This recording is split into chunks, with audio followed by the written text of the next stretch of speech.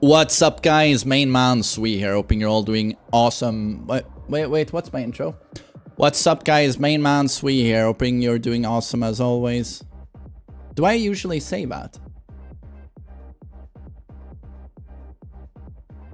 I think I've done the intro so little lately. I've done so few dedicated recordings. Or maybe I'm getting Alzheimer's. What's up, guys? MainManSWE here. Hoping you're all doing awesome as always. And now we're gonna look at pictures of penises. No, sorry. It's never that exciting. Oh, how I wish YouTube would allow me to do that. Will you shut up, Hellas Groupman? Homophobe! Homophobe! USOVR, thanks for another tier 1. I really appreciate it. And bad language TV, thanks for a tier 1. But as you can tell, I'm keeping it super chill because I have no clue if I'm gonna post this to YouTube or not. We've been playing Tekken 8 now for, is it 6 weeks? 7 weeks? And I've been labbing, I've been playing ranked, I've been taking in other people's opinions of a game and characters, and I've tried to come to an understanding of where the characters are at in this game. It's kind of hard to gauge, it's kind of hard to make a tier list on this game because the characters are so incredibly different. I've been at this for about 30 years playing Tekken, and never have I seen characters change more from one game to the other. You know, Kazuya, he's remained the exact same character since Tekken Tag 1. You know what they usually do? They give him 2 new attacks, and then they change some properties on certain moves. What you saw, you know, in Tekken 7, if you played that game going from like Season 2 to Season 3, here's one new attack and we changed some properties. That could usually be something we got, you know, historically jumping from one game to the other. But with Tekken 8, I think they did it right. They completely fucking shook things up, and Kazuya and Jin, you know, they have like 20 new attacks. And then they changed all of the properties, and then the gameplay changes. What happens when we have homing fucking throws that on counter hit have like 8-10 frame break windows? What happens then? Or what has the heat system done? Some characters have insane fucking heat. Some characters like Jin, they barely do anything in heat. Oh, I can do my Omen stance, that's fucking useless. Or well, you can use it at the wall, but you get what I'm saying. There's so many factors, there's so much to take in, and the new juggle system. But I feel like I have a decent enough understanding now to make a tier list, but if I feel unsure about this, I'll just stop and resume it at some other time. But I think it's pretty clear who the best characters are, so I'm gonna get to it now. And I just want to say that this is a pretty balanced game. If your character is in D, let's say you play, I don't know if, we'll see if he's going to stick there, but these characters are not very good. You know what? Panda is weaker than Kuma. They're probably both going to end up there, but these two characters, for example, are not very good on paper. You could put them in D, you could put them in C. That doesn't stop them from doing well, because when we do a tier list, we talk about the absolute highest level of play. We're talking about competitive play, like Evo Top 8. And, well, let's just say this character has had success in competitive play, even though the character was dog shit in Tekken 7, right? And it certainly doesn't stop the character from having a super high win-loss ratio in this game. I touched upon this a few minutes ago where I discussed Feng Wei. Feng Wei is S tier in Tekken 8. This character is dog shit tier, but this character still has the second best win ratio in the game. He has the highest win ratio. Panda is not trailing far behind. Right behind Feng Wei in win-loss ratio. But you can see on a tier list, they can still be worlds apart. So why does this character do so well? No one knows the matchup. And that's super janky hitboxes, so many bullshit knowledge checks. Steamrolls everyone. So there's many factors to take into consideration, but when we do a tier list, we talk about Evo Top 8. What character on paper has batshit crazy tools that just fuck everyone? Even if you have amazing defensive play, and you know the matchup inside out, fuck you anyway, you're dead. But if you play Kuma against a pro player who knows the matchup, you're probably not gonna do that well, unless your name is Ranked and you're a genius, right? That's what we're talking about with tier lists. And, you know, there's a lot of factors that goes into it. But in the end, this is a pretty balanced game, in my opinion, outside of the S tiers. Like, everyone even if you play Kazuya and you feel like, man, my character isn't that strong when I look at these characters, you still have a ton of options and you have some BS compared to what you have in Tekken 7. It's easy to whine about these OP characters, and dear lord, you should whine. I whine every day because these characters are so stupid. But if you're down here, you're doing pretty alright in my opinion. Even Leroy has some pretty nice tools. But yeah, should he be stronger? He absolutely should be. But you have some stuff. But this game, in my opinion, it has the Tekken 7 syndrome of like, if you're A to D, the balancing is not perfect, but it's respectable. I can live with it. But for some reason, there always has to be the DLC corner, or in this game, the S tier corner of the top 10, where the characters are completely fucking moronic. And in this game, they took it even further, because in Tekken 7, sorry for the long intro, but this is interesting stuff to me at least. In Tekken 7, you know, Akuma, Geese, Zafina, Kuni, Feng Wei, these super dumb characters. I mean, outside of Akuma, you could at least say, well, at least they're playing Tekken, somewhat. There are some defensive counters to them. And in Akuma's case, you needed to be an execution machine to pull it off. In this game, where is my coffee, bitch? In this game, it's a squirrel with some pretty severe handicaps, you know, can pilot this bitch. Squeak, squeak, squeak. He can get it done, and there's no fucking counterplay. There's no counterplay. You can't move around. Typically in Tekken games, you know, we have option selects. You can, if you defend, you can use movement. This can be ducked. Okay, I can use a parry here. Oh, you know what? I can check you in between those two hits. Or you're minus 10 here. Flash punch. Here, nowhere close to enough counterplay available. Or, you know, I turn into a legit Street Fighter character. There's nothing like these two when they're in heat that I've ever seen in a Tekken game. I mean, those of you who thought Akuma was bad. I mean, again, we've talked about this a few times, but when Devil Jin is in heat, can someone tell me what the fuck I'm supposed to do? I'm genuinely curious. I almost want to ask the balancing team, what was the idea here? Oh, he should have a Psycho Crusheroo. Okay, so he presses a button, his trigger, no execution. He presses a trigger, and then he covers the entire screen.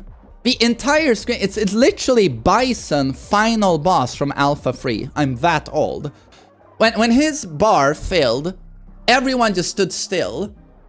Because not only was the Bison AI input reading, so as soon as you pressed a button or jumped, Psycho Gasho! And in one frame, it just exploded the screen and you died. And then you didn't even have continues. And you almost jumped out the window. But you have the exact same situation here, where at the touch of a button, the Devil Jin player, when he's in heat, he does a Psycho Crusher that cannot be sidestepped, it cannot be ducked, it can't be jumped, it can't be parried unless you're Raven with a one-frame OP parry. Nothing you can do. Why is this in Tekken? This is a game famous for having counterplay. What is this doing in Tekken? And I get it. It's to enforce his 50-50. So when he's in heat, the best 50-50 in the game. And the Psycho Crusher is the threat of a gun in a fist fight. He's standing 5 meters away and he does this. Oh, you're gonna fight me, buddy. He does this, and you completely freeze because the dude's got a gun. And then, due to the threat of a gun, he walks you down, and he walks close to you, and then he kicks you in the balls. Because you don't dare do anything! So he just walks down, and then he 50-50s you, and you're like, oh, fun.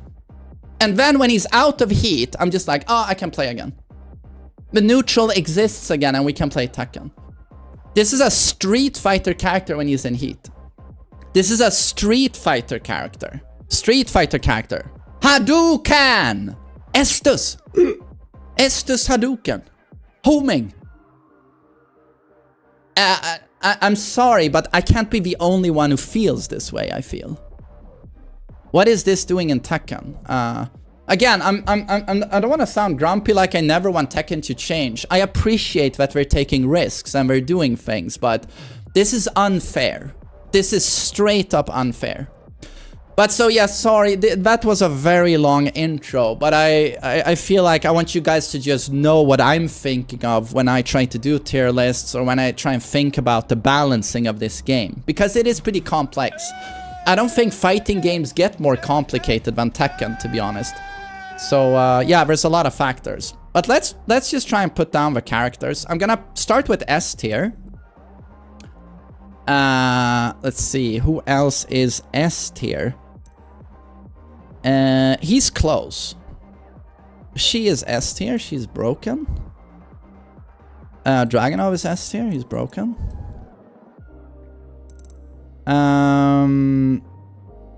Let's see. We're gonna put you in A. A. Victor is gonna get A. Maybe he'll be top of A. I wonder if he's as strong as Reina, though. Let's see. Lars is A. Let's see. I just want to see that I'm not missing an S. Probably A. Oh, she's super fucking dumb. Oh, she's A. Hwoarang is A. Okay, this is just gonna be the start. I'm thinking Lee is probably A as well. Yeah, Jin, you could put an A. Lee A. Oh my god, Nina is S. You know what, this is what it's gonna look like. This feeling you've had of everyone being OP, I think these are the true OPs. They don't play Tekken anymore, they play something else. The A tiers are OP when you compare them to Tekken 7 stuff. This is this feeling you've always had in the back of your head, or to the frontal lobe parts of your head, that everyone's on fucking meth or trembolone. Everyone's doing juice, everyone's fucking OP. You felt that for a reason. Because even Kazuya is like, compared to what he does in Tekken 7, he's on the juice, right? Everyone's on the juice. But these guys are still playing conventional Tekken, Tekken 7. But they're still playing a very augmented Tekken 7. It's like 7.5. They're super strong. This is the real Tekken 8 though. It's on this top row. These guys are doing shit where you're like, what the fuck is this? They're operating in a different realm to everyone else, in my opinion. But so let's just start explaining the S tiers. And the question is, am I gonna try and rank them even? I think these two... King is God mode. King, I realized yesterday, as I was picking up my son from daycare, I was thinking about his giant swing and his big burly chest, and I was like, he's top 5. I think there's even a case for him being top 3. He's so fucking strong. But the problem is everyone is so fucking busted over here. Feng Wei is probably not there. You know what he probably is? Azucena, June.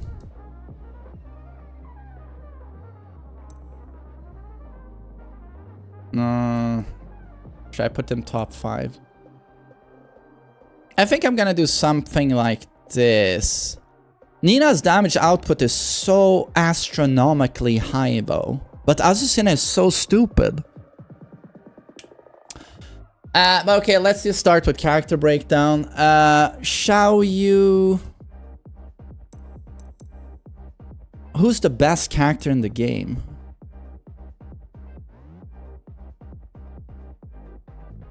I mean, it probably is Dragunov. Yeah. So we're gonna start with Dragunov. So the biggest problem with Dragunov is the absurd damage. I think they have to somehow scale down his damage with 30%. Every single launch he does, it does way too much damage. You're in Kazuya perfect electric territory. Almost on every launch. A while running 2 counter hit is basically the end of that round. If he gets you to the wall. Homing counter it throws is a nightmare when you're dealing with his string pressure and mix-ups, because suddenly you can't step because he has a 12 frame or 11 frame command throw. That's homing, that shuts down your stepping. He was designed around not having heavy hitting lows because his mids were so hard hitting. And then what happens when you give that character a hatchet?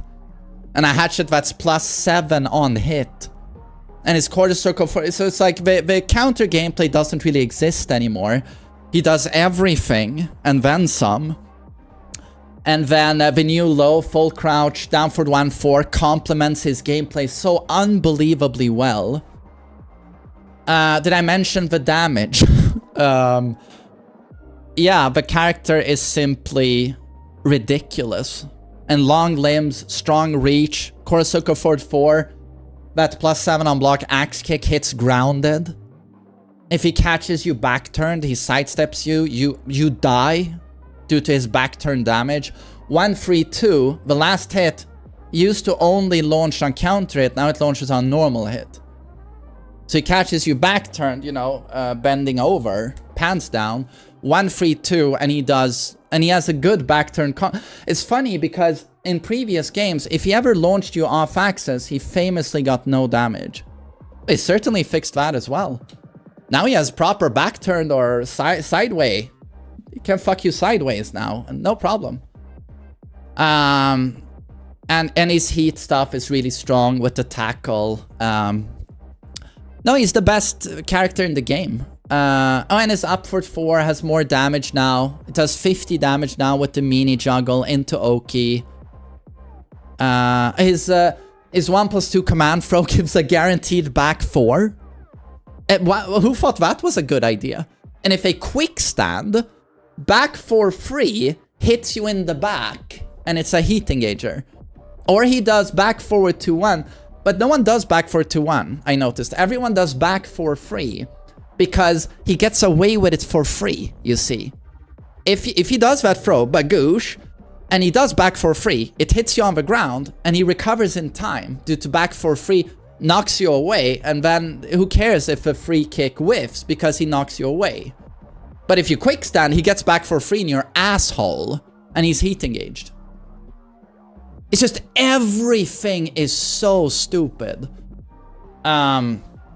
Okay, but that's Dragunov, best character in the game, and runner-up is Xiaoyu.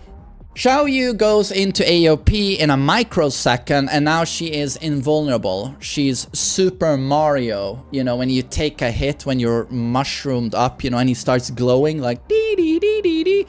That's basically Xiaoyu, can render herself invincible. AOP was buffed going from Tekken 7 to Tekken 8, I have no clue why.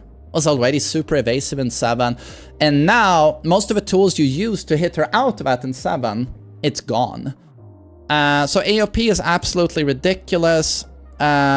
Speaking of busted throws in this game, you know, with the new homing throw, unbreakable on counter it, well, not breakable on reaction at least. She has an 80 damage throw, or does it do 75? She has Wang's Waning Moon. I don't know why she needed that. That's a gigantic buff. Is it the highest damage throw in the game? It might be the highest damage throw in the game. Well, until we see the glorious Marduk, of course. That's gonna be a nightmare, and I like Marduk. Busted throw has all the lab character bullshit shenanigans, insane knowledge checks, best panic moves, insane backturn mix-ups, has legit good pokes, has legit good punishment. When she goes into heat, she has the best 50-50 in the game. She has many ways of doing a string check, be it, what is it, forward 2-1, or she does 1 down 2, and she has many more ways of doing this, but she goes into hypnotist, and now you're dealing with a mix-up that involves a -12 on block unseeable low that launches you. -12 on block snake edge. I don't know who thought that was a good idea. And also she does significantly more damage now. She was always held back by doing lower damage.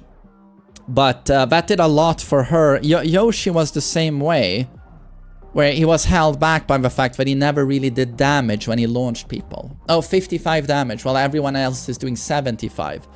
But now these two deal damage, and that just, it elevates them. And then you add broken AOP, broken hypnotist, 50-50 mix-ups. Yeah, you end up with Xiaoyu. So we can expect to see her a lot. And then Devil Jin, I explained a little bit before, in that if you paid attention to that conversation, I hope some Chad on my YouTube, if I upload this, you make chapters, and maybe someone didn't watch the intro, so I'm just gonna say that this character is okay when he's not in heat.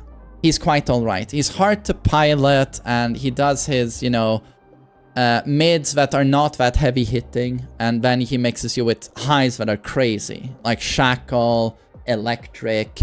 He'll do a Hell Sweep that does 45 damage, but the mids are not all that. But he has a perfect throw game that always is very good to have on a character, and he has the classic Jin Tekken Tag 1 tools like Laser Cannon, a very strong 50-50, right? The stuff we associate with Devil Jin, and he's the all-round Mishima. He has a parry, he has a samsara, he has a back four, he has a decent counter-hit game. He has okay-ish poking, even though his down for one now is pretty shit compared to what it used to be. That's the drawback they made on this character. They were like, okay, Devil Jin is super explosive in Tekken 8, so he can't have a Tekken 7 jab and down for one. So they nerfed the reach of a jab, gave that to Jin instead, and his down for one is now -6, and it's no longer a mid-mid string, which is safe. It's now a mid-high string. Significantly worse poking, but much more explosive and much cheesier with, you know, Morning Crow, Knowledge Check, Charge Up Punch, bullshit. They gave him very explosive stuff instead. The problem with this character is when he goes into heat, because now he's threatening you with a Psycho Crusher, but has no counterplay. You can only look at him as he's coming in with a wave dash, which you can cancel at any point into said Psycho Crusher. So you're just looking at him, and then you can't press, you can't do anything, and then he 50-50s you, and it's the best 50-50 in the game, outside of Hypnotist bullshit. But arguably the best heat in the game, absolutely ridiculous. And of course he can also Morning Crow in and heat into an unbreakable throw. It's just a heat that is so unbelievably dumb. But outside of a heat, he's still very strong, but he's nowhere near as bullshit. But yeah, that's Devil Jin. And he's also significantly higher damage in this game. In Tekken 7, his combos weren't very good, and now he has some of the best combos. Significantly higher damage output. And his rage art is actually really good. It's so lenient in terms of, like, you do a big combo and you do a lot of hits, and then you end with a hit and you throw them super far away. That rage art hits very low to the ground, very far away. His combo utility is really good. And now we are at Feng Wei. Feng Wei basically carries over what he was in Tekken 7, which was a perfect, flawless character that had the best poking in the game. Is he up close to you? The best poking, no one was close to him. The options he threatened you with when he's this kissing distance from your ball sack, no one is more threatening than Feng Wei. And it was much thanks to the back one, right? 10 frame counter hit for 50 damage. And also a down forward one that is neutral on block. Neutral on block down forward one, albeit 14 frames. But also a 12 frame mid check, which is homing and safe. 12 frame mid check, homing and safe. No one has tools like this. Only Feng Wei. And his evasiveness, his Kempo, his up for 2 evasiveness, safe. All of that transitioned into Tekken 7. And then what did they do? They gave him a back 3, Jet Thrust Knee, which is just, yeah, unbelievably dumb. Did Feng Wei, this package of a character, did he need a long range knockdown mid that's +6 on block? And counter hits for 50 damage into Oki? Did he need this?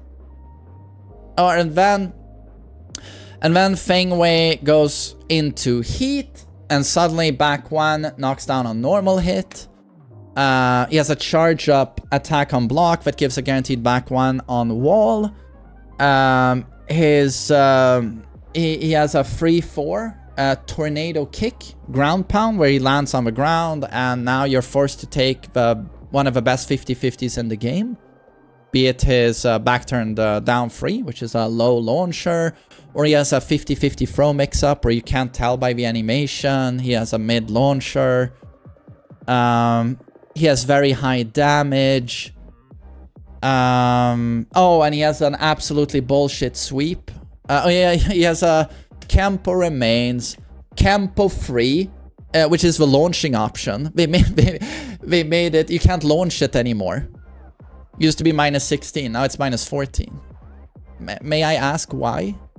Why does he have a sweep from crouch that doesn't stagger on block?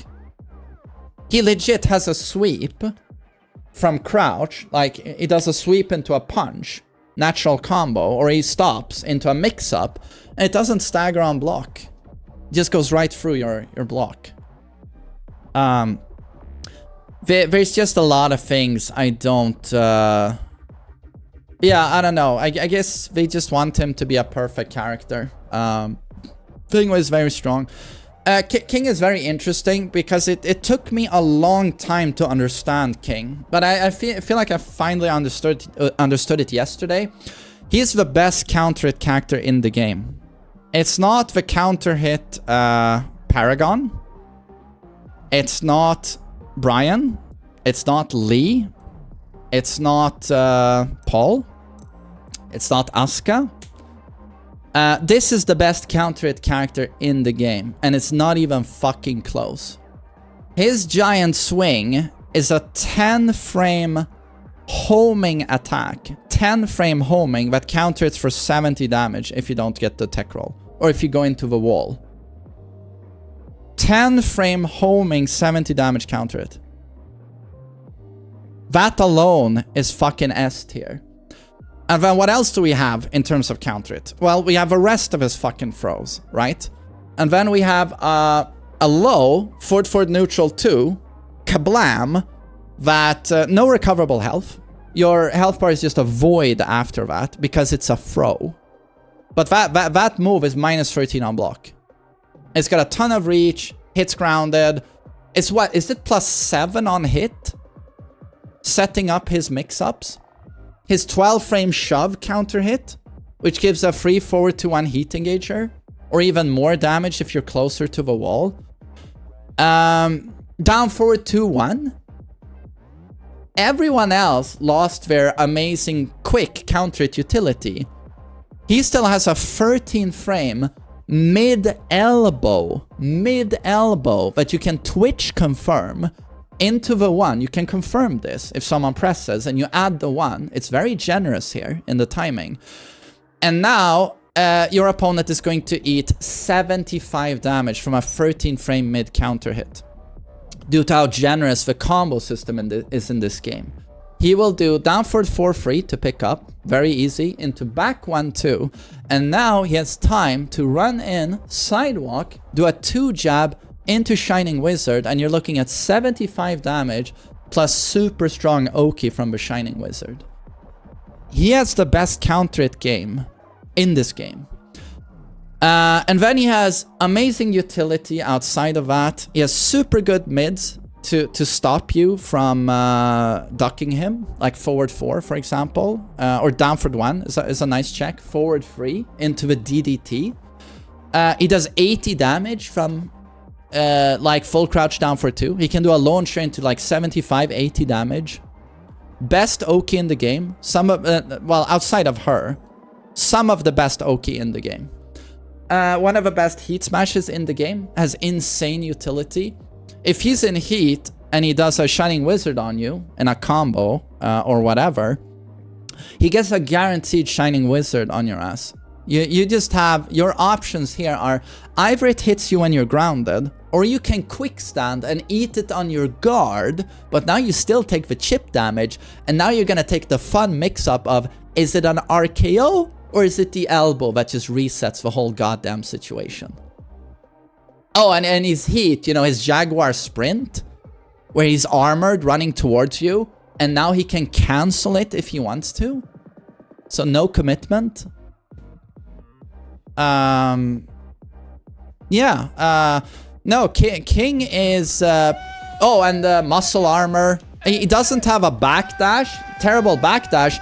But he can still Jaguar step away from you. A lot from your Devil Jin, hey, cheers, man. Back 3-4, he can just step away very quickly. He can muscle armor, which is insanely strong if you know how to use it.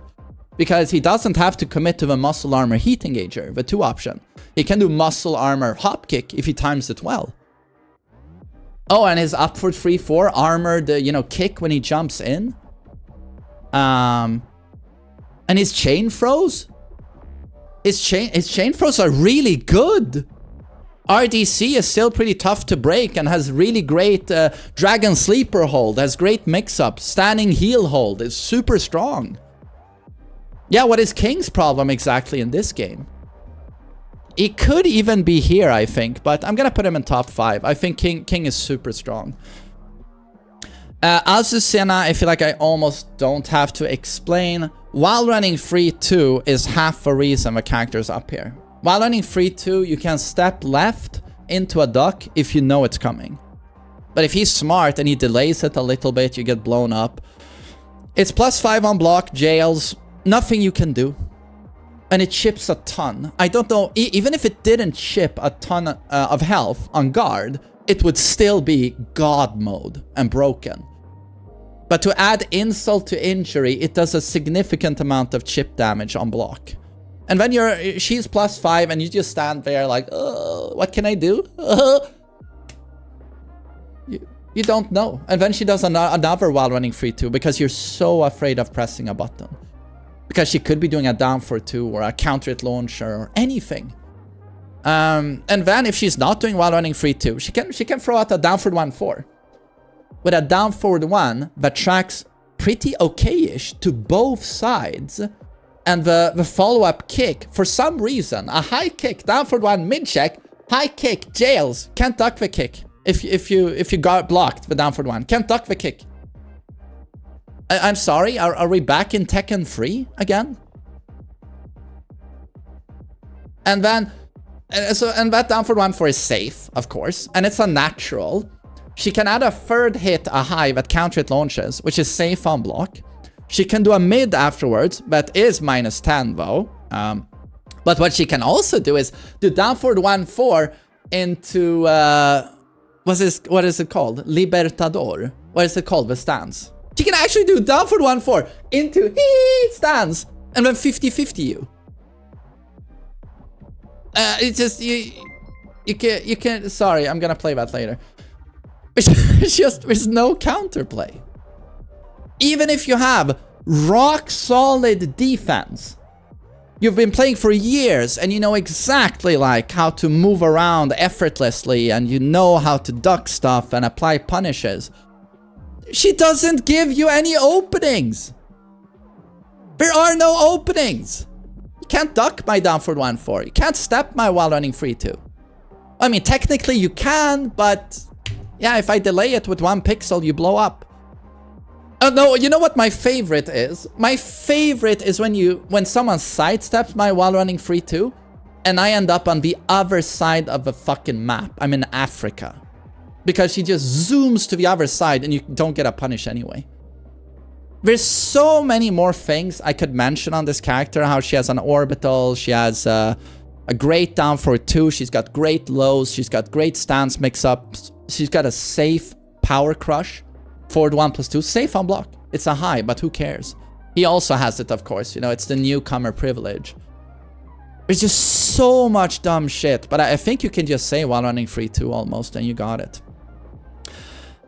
Nina does absurd amounts of damage. She has some of the highest combo damage in the game. Some really great counter hits. Down back 2 remains a homing long range mid counter hit launcher. Back 4 remains a safe high that guarantees a down for 2 for insane damage. She's got every tool she needs, like orbital, down back 3, low poke, strong down forward 1. But what puts her so over the top, oh, and sidestep 4 counter hit is strong. But what puts her so over the top are the crazy frames she gets from her new attack. Well, step 1, always crazy frames. But her new attack, forward 4, it's like a side flip she does where she kicks. And she can do forward 4-2, which is a natural heat engager, mid-high, -9 on block, so you can duck the second hit. But what most Ninas will do is forward 4, she can cancel it into a sidestep, and now it's +2 on block. And now she can do sidestep 1 into forward sway, and now she's +10 on block. And like what, +20 on hit? And you're stuck in a barrage and loop of these absolutely ridiculous frames. So very, very strong character. On her while stunning 1, 13 frame punish. If she's in heat, it does like what, 50 damage into wall splat. She's got a lot of dumb shit. And then June, Jesus, do I even need to cover this character? I feel like I've already talked about the character so many times, but respectfully, there might be people watching this video who have not seen those takes. June can do just about everything. I put her here because I think, though, that if people lab enough, I think she'll lose just enough of that unfamiliar knowledge check utility she has right now that everyone is falling for.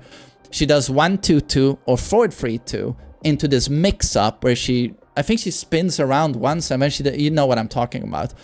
She spins around once and then she does either a throw or a power crush or a hell sweep or a jumping kick. You've seen this before. I think if people learn to duck those, she's going to lose that utility. But outside of that, she has some of the best combos, some of the best launchers. Her 10 frame punishment is the best outside of Lee, although there's an argument for her being better because she can wall splat from so far away. He does acid rain for 47 damage. She does 36 damage and can wall splat from far away with a jab. Like, and she can do it from crouching as well. Crouching 10 frame punish. 36 wall splat. Heat smash is insanely broken. I think it's the best heat smash in the game. She threatens you again with a gun projectile, just like he does, but it's faster. It's 13 frames. It's homing. There's nothing your opponent can do about it. Zero, zilch, literally nothing. And even on block, or if it hits or whatever, it's going to heal June. Recoverable health, she gets a significant portion of it back. And it damages the opponent on block. So even on block, there's this health redistribution, where June gains health and opponent loses health. It's the most I think that's the most frustrating thing for me in this game, is her heat smash. Unbelievably unfair. And what else can we say? Hop kick, launching throw, forward 4 is a +3 on block homing. Forward 3, 4 is a +3 on block mid homing. You can interrupt it, but when she's crouching, she has a down forward 2 low that counter hits into a guaranteed while standing free, a launcher. And it's that low is -11 on block. While standing 1+2 is a -2 on block, counter it launching mid. Forward 1+2 is a mid that's +7 on block. Sidestep 4 is a mid that's +7 on block. She can do 1-2 into sidestep and threaten you with sidestep 4. I don't know, it's just her forward 2. When she's in heat, she can add a projectile to it to make it safe. She has a forward 2. That's the best whiff punisher in the game. She shares that with Asuka. This is super Asuka, by the way. And she also has Asuka's back 3, which is one of the best, one of the best keep out moves in the game. Don't ever try to press into me. She has that. She has the parry. She has a sabaki launch. She has a launching parry, but safe on block. It has an attack. It's a sabaki. Yeah, I don't know. Am I missing anything? I don't know if I'm missing anything. It's just, it never ends with this character. It just never ends. Oh, she has can. You know, we could go through the entire move list if we want, but we have to be brief because otherwise this is going to be 8 hours. I already feel like I'm talking too much about the characters. Those are the S tiers. You know what? We're done with that. I'm gonna have some water. Magic water. I can already feel my voice go here.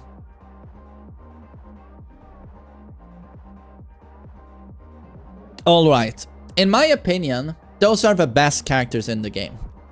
And now I'm at A tier, and the question is if I want to rearrange these. I almost want to say in no particular order. You know what? I'm just gonna say in no particular order on this one. Although Victor is going to fall off once people get more... I'm gonna at least try and arrange it somewhat. I think he's gonna fall off once people get more accustomed to the matchup. Like, people understand to sidewalk him to the right. And again, like, he lost his throw. Let's talk about him last.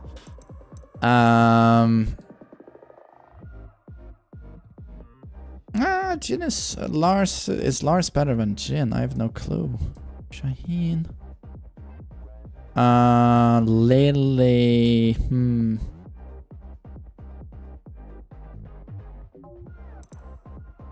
Lee is solid though. But this is hard. Like, all of these characters are strong. Like, Bryan, I wouldn't even put up here if it... The thing is, Bryan is here until they fix the problem. I swear to God, we're gonna change his heat dash on block at the wall frames. Because right now, I put him here because he has a completely broken taunt setup. But you know what? This is in no particular order. Okay, Reina. Reina is... The thing is, she could even be S tier, I think. But I'm putting her in A now because I think she has to work too hard. Like, there's just too little effort here. Reina, some of the best movement in the game. She's got tits. She's a waifu. That usually means good movement. Reina is no exception. And when a character with really good movement has a 13 frame electric, you already have something insanely powerful right there. An electric is only as strong as the movement. The reason tagged Mishimas were held in such high regard in Tag 2 was because the movement was so strong. And what happens then when you're a legendary Mishima player and you have the best movement in the world and your name is JDCR? You flourish in that environment. Because if I have the best movement and I'm a legendary Mishima player in this particular environment, holy hell, I'm doing well, right? But when Tekken 7 happens, movement is much more restrained. But in this game, again, she has incredible movement. She has a 13 frame electric. Now we are already in powerful territory. And then now she has forward 4-2, which is potentially what, a 12 frame super long reach mid check that transitions into Sentai mix-up. Even on block, it's devastating. On hit, she confirms into Sentai free heat engager. She has a million options from Sentai, which is a very powerful stance. She can go Sentai 4, which you've already seen a million times, where she does a cartwheel flip and it's +4 on block, and then she just keeps checking you with jabs. She checks you with her jab, which has insane reach. 1-1. If she notices it connects, well, she adds the 2. And then now, congrats, it's Sentai again, and it's Vortex Sentai pressure. She has the old man's forward 4, which is +2 on block. If it hits on crouch, she gets a guaranteed downward 1-2, which is a 13 frame heat engager. And it's absolutely disgusting to deal with when she's in heat, because now she's threatening you with downward 1, long reach. Very long reach downward 1, which she can cancel into Sentai. And now you have Sentai 1+2 in your face, and she goes into Heaven's Wrath, and now she auto parries, right? Because she's in heat. But if you don't do anything, she has her Iron Hand 50-50 or her Heat Smash. And if the downward 1, if you don't respect it, Chrome Dome, down for the 1-2, and into the wall you go. And when she's in heat, she gets to do this for free, this little mind game, because she doesn't commit to anything. She does down for the 1-2, and then she heat dashes out of it, and she's +5. And then it starts over again. She does down for the 1 again, uninterruptible. And she has a strong enough 50-50 with that Hell Sweep into Heaven's Wrath. Heaven's Wrath is super annoying to deal with. Hunting Hawk, she can do, which chips a ton. And then she lands right next to you after you've blocked that, and now you take that fun mix-up of Unbreakable Throw, or she does a fucking Iron Hand, which can launch. Her Heat Smash has super long reach, gives a ton of frames. Her Electric does a bazillion damage because she has some of the best combos in the game. She has literally infinity wall travel. It is literally infinity. To the wall we go. Anywhere she launches you on the stage, to the wall we go, milady. You know, please treat me nicely. Wall combo does a ton of damage. Has some very interesting parry utility. Has really good knowledge checks, to be honest. Really good ones. She has a really dumb string. What is the string? 3-4. She does a cartwheel. Can hit confirm the follow-up, 3-4-4, and when she's in heat, she adds another hit, and it's natural, 3-4-4-4. You've seen this, right? And if you blocked it, congrats, it did 1 million damage. If you ate it, congrats, it did 2 million damage. Extremely strong and potent character, but is held back by the fact that she's so hard to pilot. It's not only strong execution demands, she's a complicated character, there's a lot you need to read up on, but even then, you have to be pretty quick on the draw when you utilize her moves, and you gotta react quickly to what your opponent is doing. And again, hit confirming a 4-4-2 into Sentai 3, it's not easy. And she's doing stuff like that all the time. Did this hit? Was this guarded? Forward 4. Dad's forward 4, right splits kick. Did it counter hit? What do I do then? Oh, War God kick. Did it hit on crouch? Down for the 1-2. You gotta be on the ball with this character. But yeah, War God kick is also that's a pretty good steel pedal, right? Or a mid mix, safe mid mix up for your electric, and it's a counter hit launcher. Like there's a lot. She is borderline S tier, but I think she's held back too much by the fact that she's so hard to pilot. But could be S tier, to be honest. Thanks for the subs, boys. I really appreciate that. I'm just gonna try and finish the recording. And then we have Alisa. Alisa has some of the best movement, some of the best poke utility, super good range, darts across the screen at will. She is everywhere she wants to be at once. Everywhere all at once. What's the name of that movie? She does that willy-nilly. Anytime she wants, she's gone. Anytime she wants to, she's right in your face again. Her neutral control is incredible with the attacks that go in and out, in and out, in and out. Her punishment is extremely strong. Used to also be one of these characters that didn't really have combos, but now she has combos. She does 1 million damage. And she was already borderline top 10 in Tekken 7. And now you give that character 1 million damage. But the real insult, in my opinion, is having a 20-meter range Hell Sweep with Chainsaw, giving her... they buffed her Chainsaw mix-ups.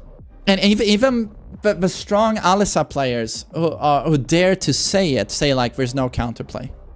If she's in your face and starts buzzing you with chainsaws, in previous games you had option selects. In this game, there's nothing you can do but guess correctly. Or they say, you know what, a good thing here is that as she's doing these +5 unblocked chainsaws that chip a ton, at least when you guard, and don't press buttons, just guard, and when you've guarded 3 or 4 attacks, she will have pushed you back so much that you're in safe space now. You're out of reach for the mix-ups. When people have to start saying shit like that, you know it's pretty goddamn strong, right? Super dumb character, super brain dead. A chipmunk can get this character to a high rank. Yeah, I'm so sorry if someone's offended by me saying that, but sorry, it's just the truth. Law is really good in this game. You know what? I'm gonna take more sips here. So, the thing with Law is that at first glance, I actually thought he was gonna get nerfed. Or he was nerfed. I was like, God damn it. Actually, Law, he's significantly weaker than he is in Tekken 7. 344 was arguably the best move in Tekken 7. It was certainly the best punish tool. Super long reach, 14 frame mid launcher with no execution. Accessible by one button or a bind. It was a death button. Like, that couldn't whiff anything. You could never be minus 14. They nerfed it, not a launcher anymore. Still does good damage. And then Magic 4s were largely removed. He still has his Magic 4, but he has to commit to 4 free, which is so much worse than just doing the single kick he did in Tekken 7. And not only that, his Magic 4 was 11 fucking frames in Tekken 7. Now they reduced the speed by 2 frames. It's now 13 frames. So I looked at this and I was like, fuck me. Like, this isn't looking good. And then I talked a little bit more with Law players, and it turns out now he's super good.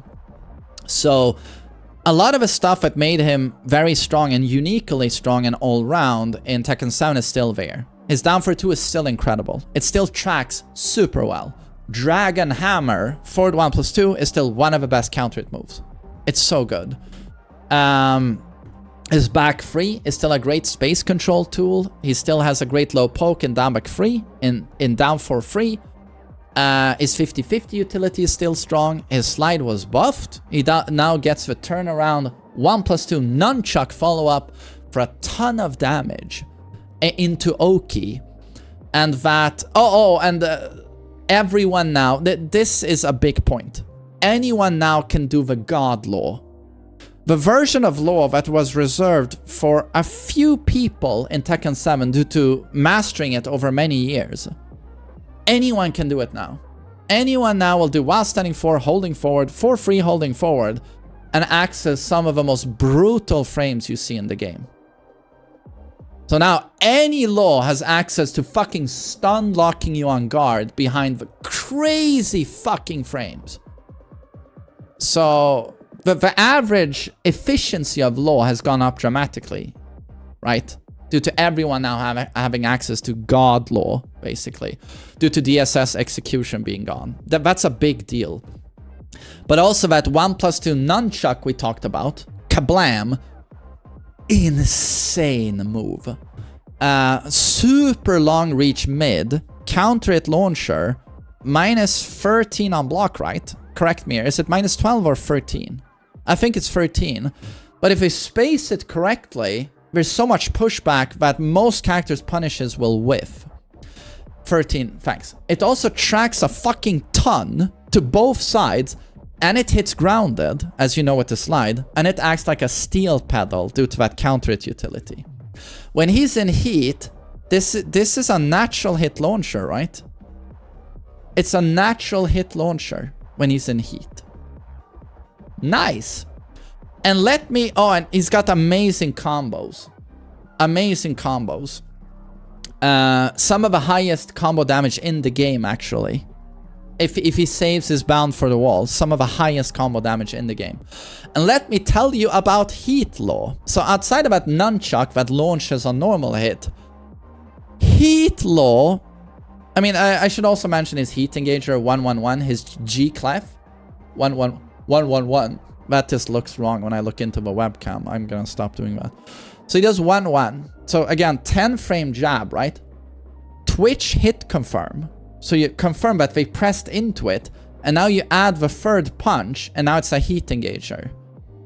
Did you know that when he's in heat, this doesn't give you, you know, the heat dash bound where you get a guaranteed ground follow-up. It's a full launcher. It's like Heihachi's Tekken 7 Rage Drive, which was the best Rage Drive in the game. When that motherfucker is in heat, he'll check you with 1-1. And if he sees that you pressed into it, he adds another hit, and now you're launched. Yay. Oh, and same thing with his back 1-2. You know that long range mid free hit string that he checks with? I think it's 14 frame startup. Back 1-2-2.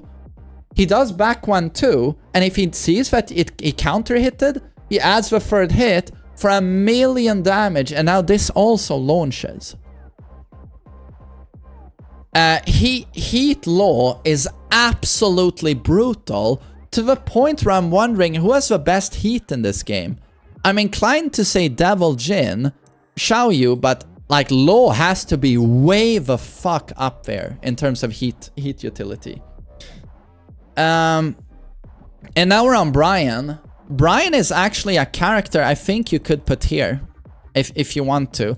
The reason I put him here is due to the taunt heat dash tech. For those of you who don't know, I think most of you don't know right now, but you know when you heat dash out of an attack, you do a heat engager, like for example with Kazuya, I do Devil Fist, I'm in heat, and I do Devil Fist on block, and I heat dash out of it. I'm +5 now, in neutral space. If I do it at the wall, it will wall crush, and I get like +20, or +11, or +17, right? When he does this, be it his down back 1-2 heat engager, or his core circle forward 1+2, which is the best option, long range mid. When he does this on block at the wall, he gets +18. His taunt is 28 frames. He gets a guaranteed taunt on you. There is nothing you can do. There is one thing you can do that people have found, which is to do up forward 1. You can't jump away in time. You can't crouch jab. You can't do anything. The only thing you can do is press up forward 1 to do a jumping punch. And now the taunt will slam you into the wall, but you're in jumping state. You can still get a follow-up.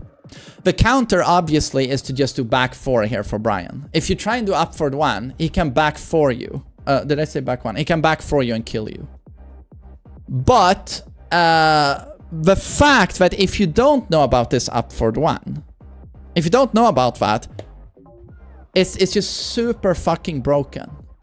He literally, if you don't know about that up forward 1, I mean, even if you know about it, it's super fucking busted in my opinion, because he can just back 4 and kill you.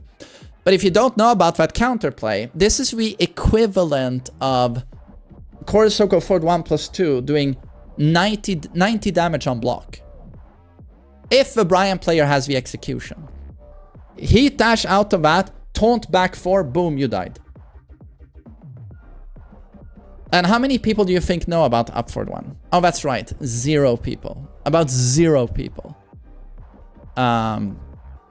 So with that, I'm putting him in A. But I think we're going to remove that. I wouldn't be surprised if you see a patch where that is changed to like +17 or something. I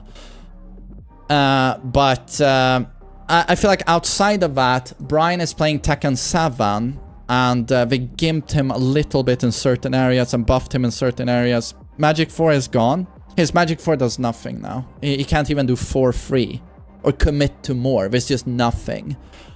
His Mach kick is no longer a counter hit launcher. It knocks down into a hatchet. No, sorry, a soccer kick. This is a significant nerf. They nerfed hatchet a little bit, but it's still very strong. Sidestep 1 is no longer a launcher. His Northern Cross is no longer a counter hit launcher. All of this stuff adds up to something. That is pretty dramatic. But then he gained some pretty cool things, like down forward to 1 sway, 1+2 1 sway. He got a core circle back 1, which is a great tool. It's a really good tool. And +5 on block, counter hit high launcher. It's super fucking fast. But I think Bryan's, and he has some of the best combos. And when you couple those combos with this taunt tech, you have something super powerful. Super powerful. But he got a lot of key counter hit utility removed. His play is too honest in my opinion. There's too much execution for what you get when these characters exist. Way too honest. He has really great homing with Mach Kick and down forward 4. But who cares of great homing space control? It's a bit like this guy. In Tekken 7, back 1 really stands out. It's like, look at the space control of this motherfucker and this guy. But who cares when these guys, they don't even worry about homing because any button they press is homing. My giant swing, homing. While running 3-2, homing. I pressed a button, homing. I scratched my ass, homing. They don't even care. So that's why I'm like, who cares if you have great homing moves? The God mode characters who are playing Street Fighter, they don't fucking care. They don't fucking care at all. And his poking still remains not bad, but weak compared to the characters who do poking well. He's a little bit sluggish in startup on a lot of his best moves. He's still A tier, but he's a true character specialist character. He's very specific in what he does. Very hard to pilot. But I'm gonna give him A tier. But I gotta say, if it wasn't for that tone tech, I could actually see him in B. I could definitely see him in B. So I'm gonna put him here, I think. Lars, oh my god. Everything about Lars that was weak in 7 is just gone. In 7, he was held back by doing very unsafe stance mix-ups that you could always step. There was always clear counterplay to Lars. But the things he did well in Tekken 7 was super good punishment, good defensive utility, although his movement was kind of weak. But super good whiff punish and super good block punish. And decent enough counter hit utility, although he never had a 15-frame counter hit launcher, which everyone else seemed to have. But his combos were so good. So good. And he still retains insane combos, but what he has now is, again, this just lack of counterplay. Everything tracks more on this character now. And he now also has a Dragon Lash, which he shares with Hwoarang. Lars does forward free, and he does a kick that's plus on block, goes into silent entry, right? Stance mix-up. And you can't backdash it. You can't interrupt it with a jab because you can't react in time. You can't... you know how they say about Ken in Street Fighter, do your 4-frame jab to interrupt the Dragon Lash? You can't do it in this game against him. He just jumps in with that kick, and it's a homing mid that's plus. And he'll do for free into silent entry 1 from that kick. And silent entry 1 is what? -4 on block? -6 on block with pushback? Almost resets neutral. And it's a natural combo, heat engager. And he just gets away with it for free. For free. And there's just no counterplay. Or he does forward free stops, or forward free into mix-up. He has this new demon flip. No, he's always had upward free for that jump, but now he jumps twice as high. He can do a kick from it, he can do a throw. He beats almost every attack. I swear to God they made his orbital more evasive. He beats a lot of mids now. I swear to God they dabbled with his fucking hitbox on orbital. Because I see him beat so many mids now, but I feel like he didn't beat before. And then his new 2-1 string into mix-up. Unseeable low that does a ton of damage. He's got stomps now from every fucking stance. He didn't have that before. That was a big problem for him. He can do his... what is the string he does? Is it 2-1 into his full crouch low? Double tire shoes? Double slap on the shoes? That is so strong. He is Hell Sweep. He can do a Hell Sweep 2 now into plus frames, into mix-up. His heat... He drives me insane when he's in heat, because now he still has his Dragon Lash, but he can also do an armored attack that dashes in super quickly into mix-up. And it's a nightmare. It's a nightmare. And I feel like I can never do anything. I feel like there's no counterplay. He's not as ridiculous as these characters, but he's so difficult to fight in this game. I feel like in 7, you know, clear counterplay, but here I just feel like he's playing Tekken 8.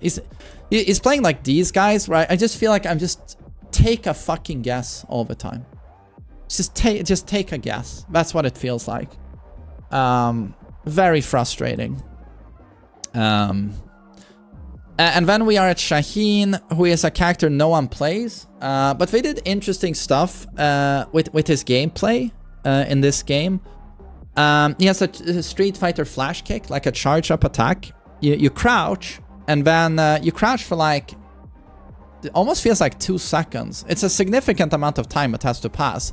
And then you can press up for 2, and it does like a jumping tornado. I think it's high, and it's super plus on block. Does it launch on normal hit? Like if you do this, if you do this on heat, when you're in heat, it guarantees his forward back 2, which is an attack that transitions, a 13 frame attack that transitions, it's a high that transitions into a throw. It's super cool. The stuff like that is really cool. And then he has many other attacks with this cool whoosh effect, wind effect. I really like that. But he still plays very honest and basic Tekken. And it's just with very strong tools. He's a big guy with a lot of range. He's got great mid checks, homing. He's got great lows.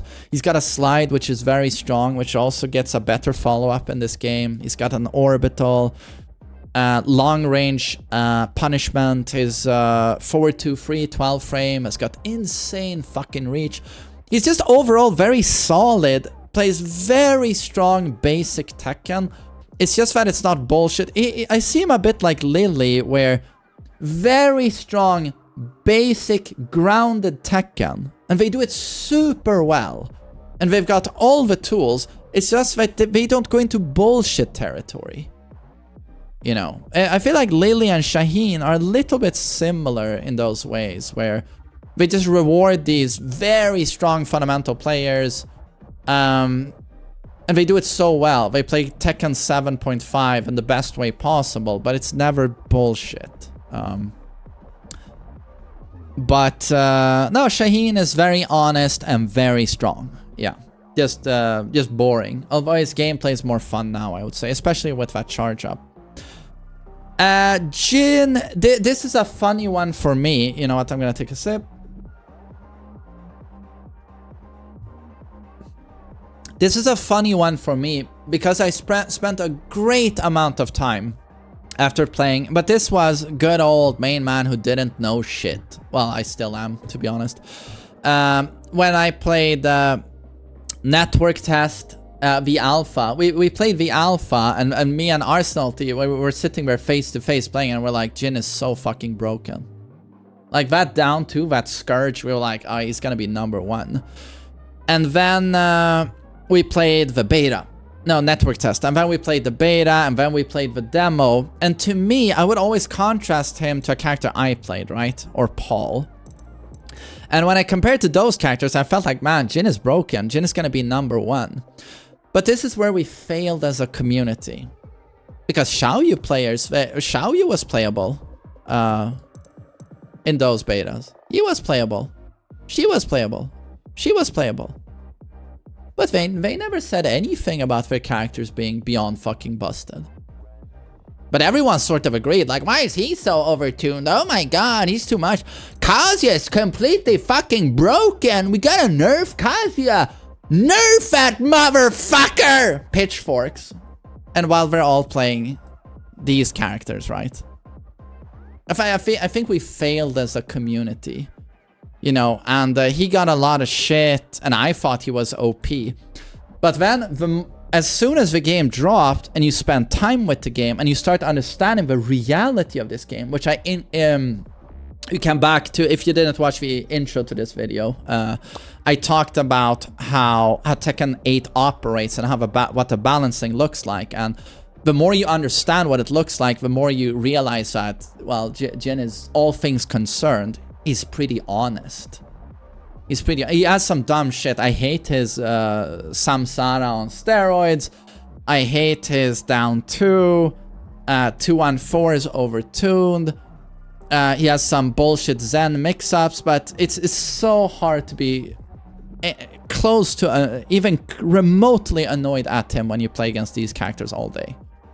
Jin is pretty fucking honest in this game, and if you want to be completely fucking real about it, in certain ways he's significantly weaker than he is in Tekken 7. He's stronger in some ways, but like if say you want to break someone's guard, like in Tekken 7, you do have that you know, straight up launching hell sweep that can do like what, 54 damage with the best combo, or can go into rage art for a ton of damage. You can't do that anymore. This Jin relies more on counter hitting.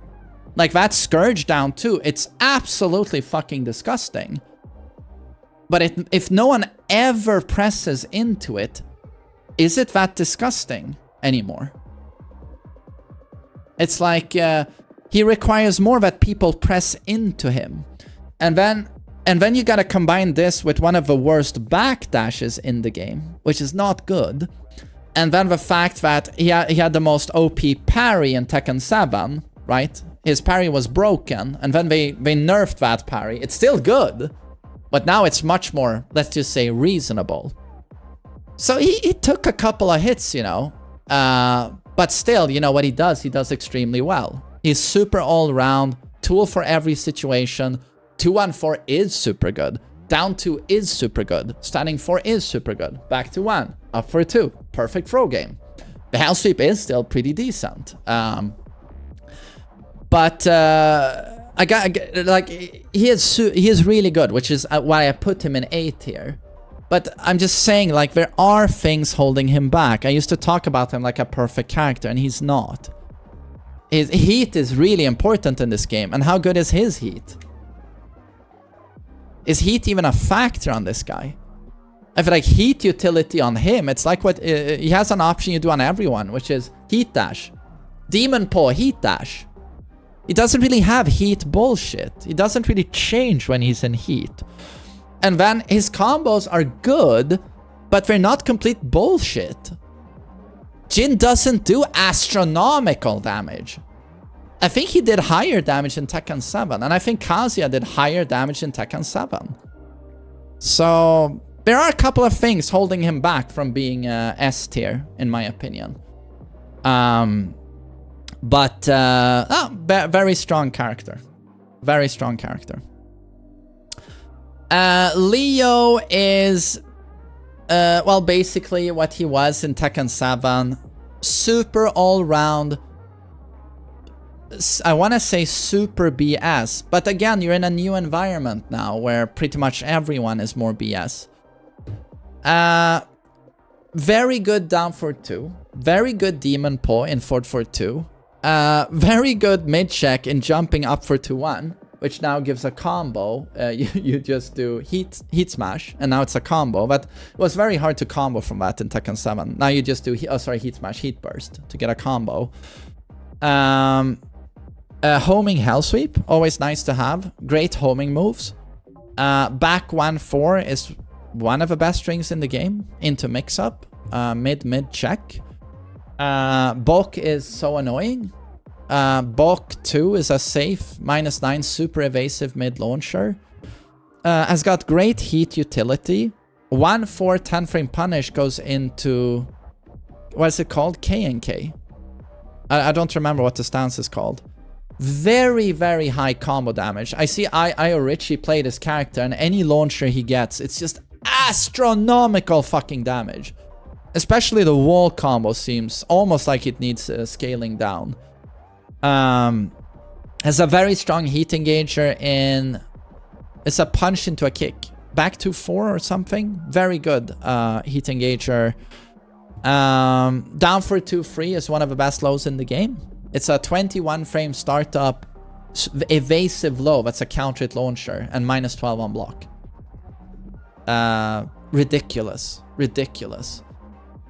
Oh, right. Yeah, while studying 4, 1+2 is a highly damaging 11 frame while standing punish. That's a heat engager. Always fun to deal with, by the way, that one. Oh, and quarter circle forward 1-2 is one of the best mid check in the game. Quarter circle forward 1 is a great low, but on counter it guarantees while standing 4, 1+2, said heat engager. I don't know, I don't want to talk too much about this character because he bores me to death. It's almost like he doesn't exist. He's so fucking dull. But he is very strong. But I think there's almost a case for him being stronger in Tekken 7 because I don't feel that he's been doing a lot of juice in this game. Everyone else is like, Trent. You know, or is it? It's in the butt cheeks. I've never done roids, you know, I'm a beta. I don't do roids, kids. But it's in the butt cheeks. You blast it into the butt cheeks. And I feel like he's super strong in Tekken 7. More of a top 10 there, I think. Whereas in this game, he didn't do the juice. Well, you know what? I took a look at him and I took a guess. You know, I saw he's not on juice. You know, what is he? Like 80 pounds? But yeah. So in this environment, not as dramatic as he is in Tekken 7, I think. Lili, the queen. I think she's now my favorite waifu. Very strong. Plays very strong, honest, basic Tekken. And in the Tekken 7 environment, like, oh my god, are you good, right? But she's still playing Tekken. She's not playing enough Street Fighter. That's the problem. Super good, super augmented, S tier, but still playing Tekken. So that's the thing with her. But best movement in the game. And it's saying a lot as well in the game where, you know, sidesteps have never been bigger. I think you have to go back to like Tekken 5. I don't know if even Tag 2 sidesteps were this chunky, but you have to go back far. But in this environment, she retains a bigger sidestep than everyone else. When she sidesteps, it's like she disappears. She can step so many things no other character can step. That's a big deal. And then she has super good punish. Super good block punish, whiff punish, which helps that movement, right? And then some of the best combos, super great wall travel, super high fucking damage. Forward 4 is like longer reach than him, I think, to be honest. Longer reach, long fucking legs. Longer reach forward 4 than Jin. -9 on block, safe. Counter hit launcher. Extremely good. Has a lot of evasive attacks that launch. Great panic buttons. Great counter hit launchers in forward 3, homing mid, down forward 3. +3 on block mid. Down 3 is a great low poke.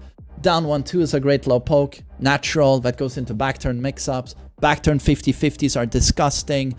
Her range is batshit crazy. Even 3-4 is a homing heat engager, double ballerina kick. Infinite range, homing. Corsico forward 3-4 is an amazing homing move. Not only does she move well across space, she locks down space. Great space control. Her heat is actually disgusting. She can do the rabbit 360 spin sidestep jump, where if she commits to the double jump, she regains heat energy. She replenishes her bar. But she can also cancel that rabbit jump or step midway and immediately commit to a 50-50, where she can do a mid demon pull that reaches super far and launches if you dash out of it. That's a heat engager, by the way. Or she can do a sweep that knocks down into a guaranteed follow-up for like 40 damage. She also has now a steel pedal, Devil Steel Pedal in Corsico Forward 3. It has very long range and flips on the ground. It's very good. I think it's safe, right? -9? I think so. And then she has a G clef now. So she'll do 1-1. And if it counter hits, she adds a free kick. 1-1 free. And at the wall, this gives a guaranteed steel pedal. It does not wall splat though. But a steel pedal at the wall. So Lili has a lot of fucking amazing stuff. She's really good. But the question is, like, can we put her in S tier? I don't think so personally. But super good. And then we have Lee. And Lee is a counter hit god. He's a keep out god. He's overall a defensive god. If you try and rush him down, he has back 4. Like, stay the fuck away from me. It's a counter hit launching mid, long reach, recovers instantly almost on whiff. You can't like whiff punish him. You can't run in on him. You can't. And then even if he blocks your attack, you're probably in a super bad place. Because even if you're just -10, a good Lee player is going to acid rain you for 47 damage in this game. Acid rain is a bit easier to do. It's still hard, but it's a bit easier. And then they made it so that it's easy now to get the blazing kick follow-up, which means 47 damage into Oki. And then, you know, if you whiff anything, Acid Storm is a long-range 15-frame launcher. So in terms of defense, and again, like, you're trying to press into him, he might do down 3, which is an unbelievably evasive low counter hit launcher. And he has a down for 2 for keep out as well. He has magic 4, which remains 11 frames. No one else has that, by the way. Yeah, 11 frame counter hit launcher. He can do 4-3-4, or he can do the cardinal machine gun kicks. 4-4-4. Heat engager, or he can on counter hit, he can dash in there back 3-3 for a combo. Still very hard to do, right? But in terms of defense, like, he is way up there. But his problem has always been, if he goes up against a patient, very gifted defensive player, how does he break this guard? He's never had a throw game to do that. He had to rely on a 1+2 throw break, which all good players are gonna break. And then he never had much of a 50-50. He had slide, which was a bit underwhelming. And then his other low pokes weren't that good. And then in terms of mid mix-up, he doesn't have a, you know, left splits kick, forward 4-3 safe mid launcher. He would have to do something like while standing 2-3, unsafe on block, or he would do while standing 2-4, which is mid-high, and we can duck the high kick. So, always troublesome for a lead player to go up against someone with patience who knows not to press into him, because that's how you feed this monster. You press buttons. So again, a character that does so well in beginner and intermediate, where everyone's pressing, right? You know this. But once he goes into high level, it's much more complicated. But so what happened? In terms of breaking a turtle, they now gave him better lows. Much better lows. Back 3-3 is a long-range natural now. It was, you know what back 3-3 is. It wasn't Tekken 7, but it wasn't a natural in Tekken 7. Now it's a natural. If a low hits, the high hits. Boom, boom. And he missteps out of it into plus frames, and you take some more pressure, right? That back 3-3 hits up from very far away, and it also tracks like fucking mad to both sides. That is pretty fucking good. And then his shit man stance. When he goes into shit man, if he now does the 4 option, that sweep is now really good. It's a counter hit launcher. That's what, -13 on block? He takes like no risk anymore. Counter hit launcher and very plus on hit. And then his slide might be one of the dumbest things I've ever seen. He can now buffer his slide, and this means you couldn't do this before. This means that when Lee is, for example, doing a down 3, any move where he recovers crouching, during the animation of the attack, you can start inputting slide. You know, you hold down and then down forward. And then down forward 3, the final input you press as soon as you've recovered. And he does the slide, and out it comes. And now, as the slide, he doesn't remain on the ground like a homeless person anymore. You know, a cracker. Cracker, by the way. Now, this means he can actually do slide, slide, slide, slide in an infinite loop. Due to the slide recovering standing or in a crouch, and the slide being bufferable. So now, oh wow, Wiwa, is he, Chinkui, is he breaking turtles now? Because now if you're stand guarding, he's just doing slide, slide, slide, slide. +3, +3, +3, +3. And pretty chunky damage. And if it counter hits, knock down into guaranteed follow-up. His full... Oh, and if we do the slide from far away, we can make it safe. It's -9 on block if it's placed from far away. Nice! Good! Do you know what I had to happen against... what happened to me when I played against Ali? I was playing Kazuya, as I do most of my time. He's doing a slide from far away. He slides in. I block it. I do twin pistons because slide is -15, right? But he was enough far away, but it wasn't even -13. And he blocks my twin pistons, and then I eat acid rain in the face. Nice. Stuff like that just feels like the developers pissing me in the face. That's what it feels like. And then it also has to be mentioned that his full crouch down forward 4 is also buffed. Now when it counter hits, it knocks down and you get a guaranteed shitman upward 4. The full cyclone tornado that spikes the ground, and then you get a guaranteed up back 3 out of it. So that low now, if it counter hits, it's like 50 damage. Oh, and I didn't even mention down back 3-4. That low. Tracks like crazy. What? +4 on hit? -13 on block? They buffed that low as well. It does decent damage. Lee is extremely good. Lee is extremely good. Yeah.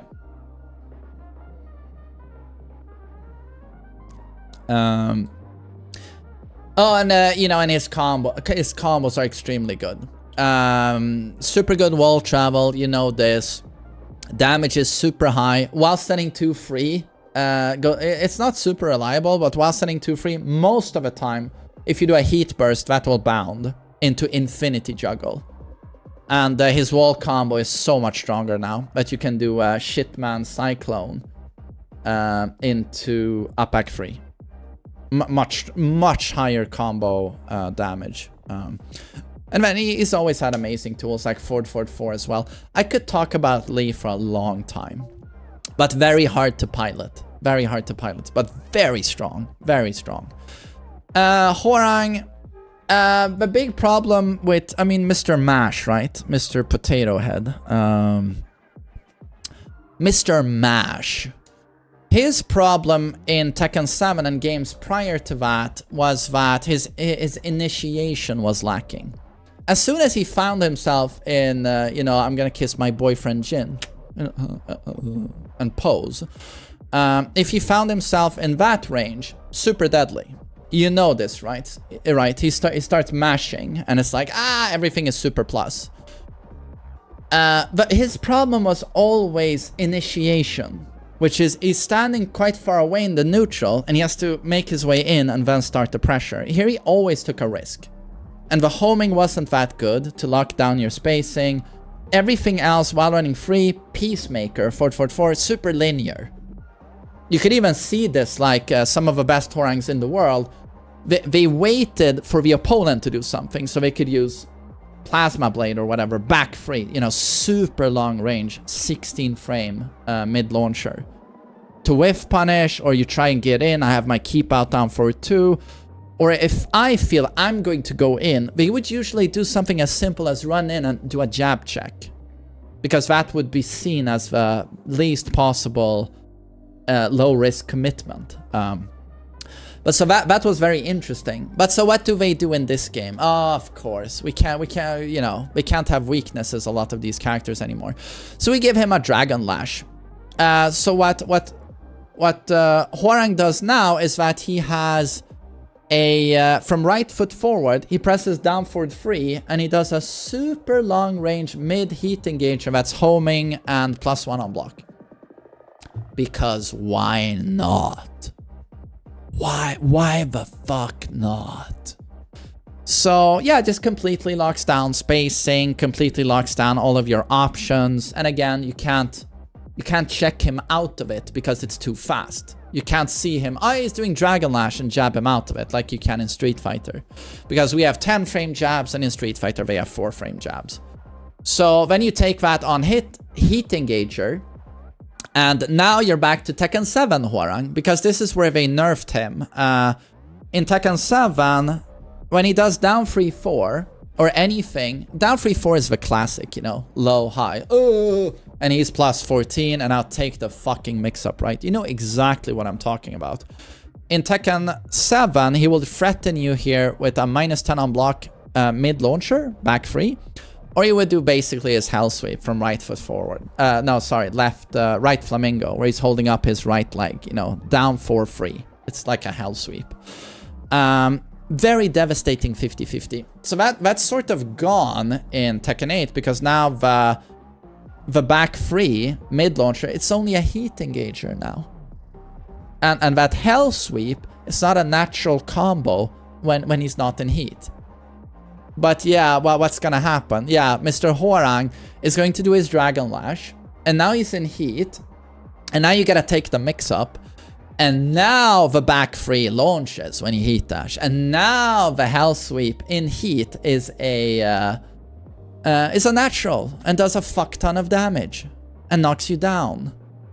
And when he still has the, you know, super oppressive frames, and what happens to a character with super oppressive frames when he goes into heat, and you add the substantial chip damage that you get in heat?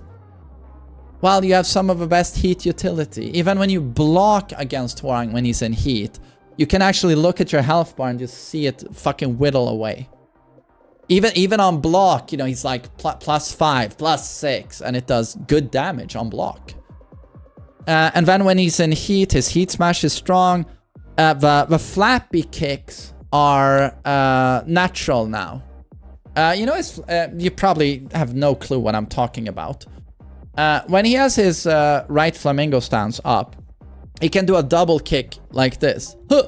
Like that. And it's super fast. It's called flappy kicks because it's 8 frames startup. 8 frames. And then he can add a third hit where he does a thrusting side kick. It's a high. He does like that. That 8 frame startup, if it hits you on counter hit, the entire thing is guaranteed, and you can't duck the final hit. If it's not a counter hit, you can duck that final kick, and you can launch him, right? Punish him. When he's in heat, he doesn't need a counter hit for the flappy kick sequence to be a natural, and for you to get launched. And this is already good at 8 frames, right? But this also transitions into his down back 4 counter hit poke, a low. That on counter hit would guarantees flappy kicks. So when he's in heat, this means that down back 4 on counter hit is now a launcher. So he does down back 4 counter hit low, flappy kicks, and now you're launched. And with his, he has some of the best combos in the game. I think he has the best wall travel with upward 3-4 into left flamingo. You can transition into another upward 3-4. I think he has the best wall travel. I mean, it's him or Reina, maybe. I don't know. But so he does like 110 damage. Or more. 120 when he does that counter hit flappy kick sequence. Or he does right foot forward, down forward 4 mid check. Or he does his neutral stance, up 4, jumping mid check. Both of those counter hit into guaranteed flappy kick for a bazillion damage. So yeah, Hwoarang has a lot of fucking disgusting stuff. And then he's a taekwondo guy with, for some reason, a perfect throw game. Perfect throw games are like finding gold, chunks of gold in this game, where throws are so fucking overtuned, where they're homing, and if they counter hit, you have no break window. Having a perfect throw game is, you know, it's worth more in this game than it was even in prior games.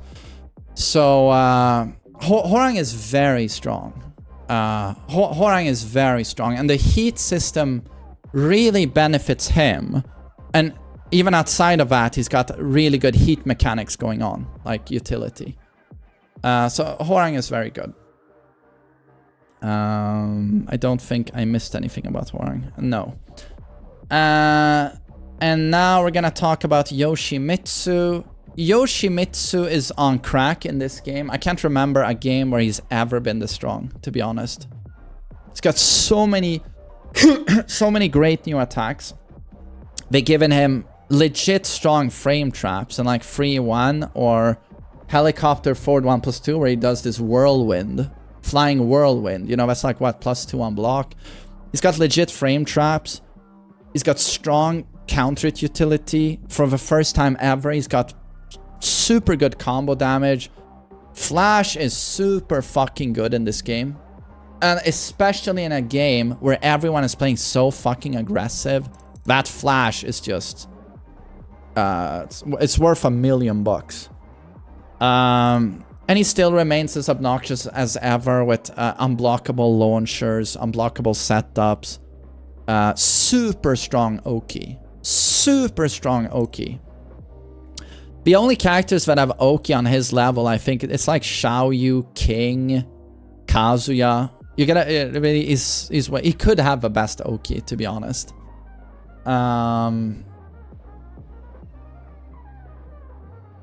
Is there anything else I want to say about Yoshi? Am I missing something? I don't think so. Yeah. Let's see. Bryan I discussed. Right. Oh god, we're running out of characters. Jesus, this is going pretty smoothly. Nice.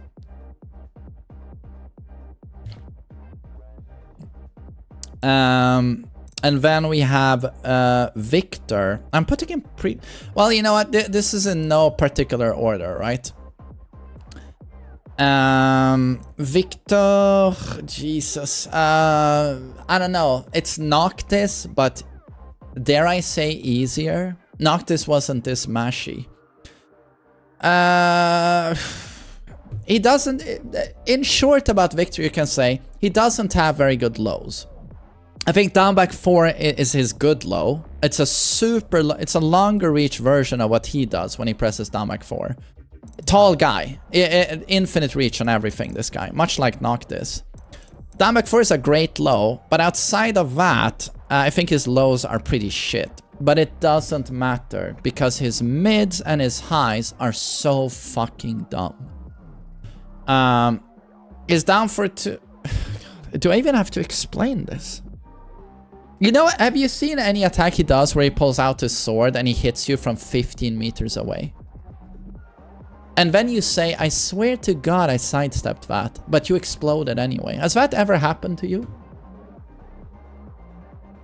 Have you ever heard expulsion and then you look at your health bar and it's, what? Hello? Why did that do combo damage? His while running 2 is super dumb. It's a counter hit launching mid with a ton of reach that is +5 on block, chips on block, tracks way more than it should. The counterplay to this guy is step him to the right, sidewalk to the right, especially when he's in heat. And then he just runs in with while running 2, and unless you step really precisely, oh, I got hit and knocked down. Oh, great, how fun. His forward for 2 is like a Heihachi demon uppercut. I think it even tracks to the right. I think it does. Expulsion is rebarded. When he's in heat, he will press up 1+2. You've seen this. He shouts, Expulsion! And he disappears. In a few frames, he's gone. And then he comes crashing down very quickly, and it does... How much damage does it do? 50 damage without a counter hit?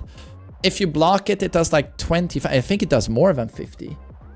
65. Yeah, it does ridiculous damage. If you block it, it does like 25. It's -3 on block, I think. When he's in heat, it adds a fire explosion to the blade that actually gives it substantial tracking. Yeah, I mean, when he's in heat, it's just wait out the expulsion, pretty much. Hope you're not dead before he's out of heat. Thank God they removed the unbreakable throw. That's something. Really obnoxious stance pressure and mix-ups. Unbelievably brain dead. It's a bit like Alisa, where a chipmunk can within a few days get 70% of the efficiency of a character. I'm exaggerating a little bit, but it's like the difference in efficiency between a chipmunk playing Victor and JDCR playing Victor, it's not that big. Whereas, you know, if you play a character like this and a chipmunk plays Lee, or I'm Your Father plays Lee, and the difference is like stratospheric in terms of efficiency. But with this character, it's like, well, pretty much anyone can get decent efficiency playing him. So it's like, these two immediately become A tiers. With most of these other characters, you gotta put in a ton of work for this to become the reality, right? But this A. Also something to take into consideration. Darcy RD, thanks for 14 months. I really appreciate it. Thanks. I'm gonna thank everyone else soon. Thank you. How many characters are we at now? 1, 2, 3, 4, 5, 6, 7, 8, 9, 10, 11, 12, 13, 14, 15, 16, 17, 18, 19, 20, 21. Okay. So that was the top 21. So we have 11 characters left.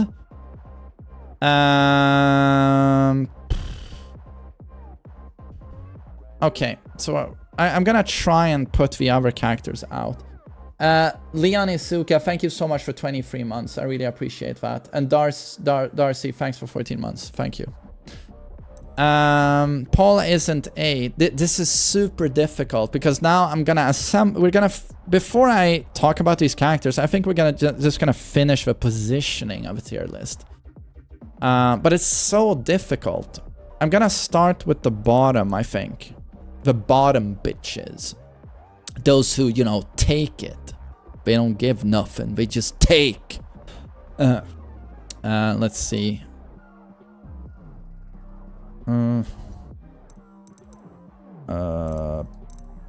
This is hard, man.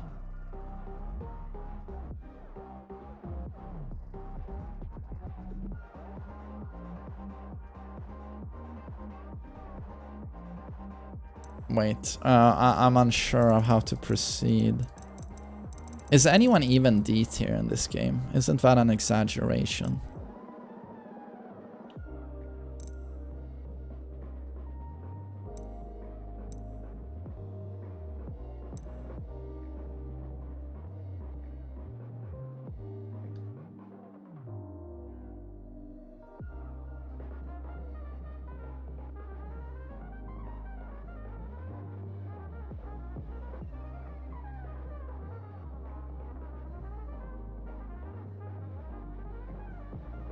Give me a moment.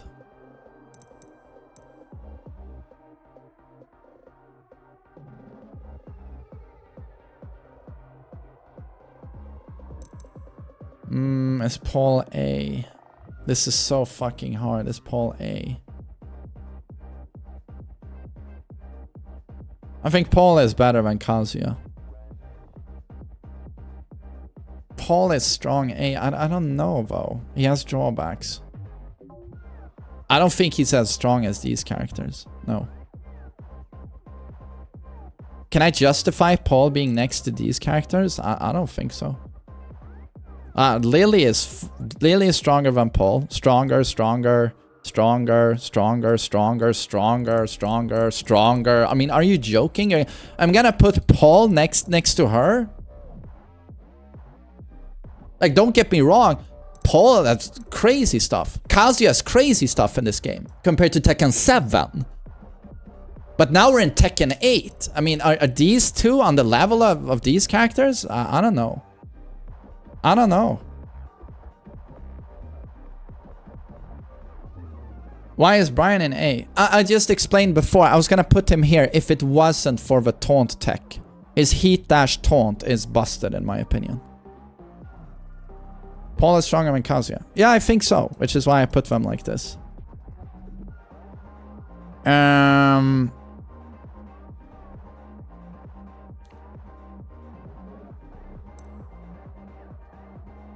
This is hard, man.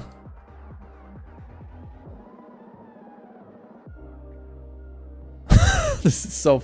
You know what? I don't want to sit here and just take too long. It's not like my first tier list has to be perfect. And does it really matter too much if I put a character here or here? I'm still saying these two are the top of this one. It's just that I don't believe Kazuya is on par with these characters. And I don't believe Paul is on par with these characters. You have too many drawbacks playing these two. We're still good though. It's just that we're too many drawbacks to them compared to playing any of these characters, I would say. Yeah, you know what? I think that's the problem. It sounds so dramatic saying B. That's the problem. We should obviously do this. It sounds too dramatic. That's what we do. This is more accurate, I think. This is more accurate.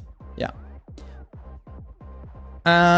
So Paul is I legit thought he was gonna be one of the best characters in the game until I played the game. Until I played the full game and I saw what everyone could do. Paul hits like a goddamn truck. You know, he has very high damage. He's always been like this.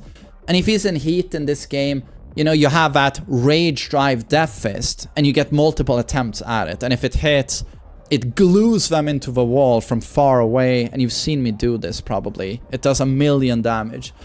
His charge up attacks are very strong, but we have clear counterplay.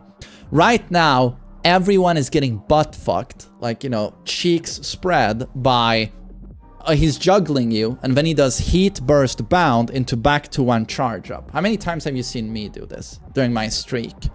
How many times have you been hit by this? What's the counterplay? You can hold back, and then you can jab Paul in the face, or you can hold back, sidewalk, and then get a back turn punish, and Paul dies.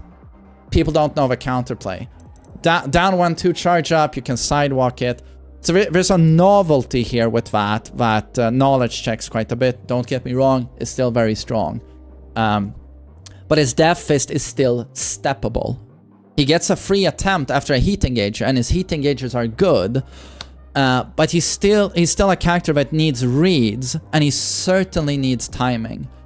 Which is why I don't think you're gonna see Paul a lot in competitive play. I think it's gonna be like Tekken 7, where you see him occasionally played by knee. That's what I think you'll see. You won't see Paul a lot. And I know a lot of people think when we see Paul, he's so cheap, but it's like beginner, intermediate, you can curb stomp. But as soon as you play high level play, it's like you're playing a character that doesn't have very good poking. He's got legacy poking. But not very, his jab is notoriously weak in range. He doesn't have a jab string. He does 1-2 or 1-4. But so outdated. So outdated. You block something that's -10 and you do 1-2. You're playing Tekken 1. And then his down 1, legacy, long range mid check, -9 on block. With poor follow-ups. His poking is too weak for modern Tekken. And he relies too much on a hard read. Like landing a single hit counter it, be it a down forward 2 or a core circle back 4. He's too honest in that regard in high level Tekken. It's too much effort. But he has very strong punishment. Back 1-2 is really good. He has something as rare as a 14 frame launcher and back 4, which is really nice.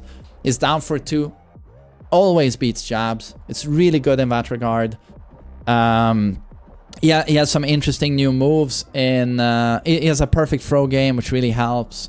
His 50-50 is strong with the Demo Man if he wants to risk it. But he has to get really close to the opponent to get that. And when you're playing against some of these characters who have like very strong movement, it's very hard to do that. It's very hard to do that. And Paul really struggles there. But when he gets someone cornered at the wall, like, yeah, Paul is a monster. He'll tear you to pieces, you know.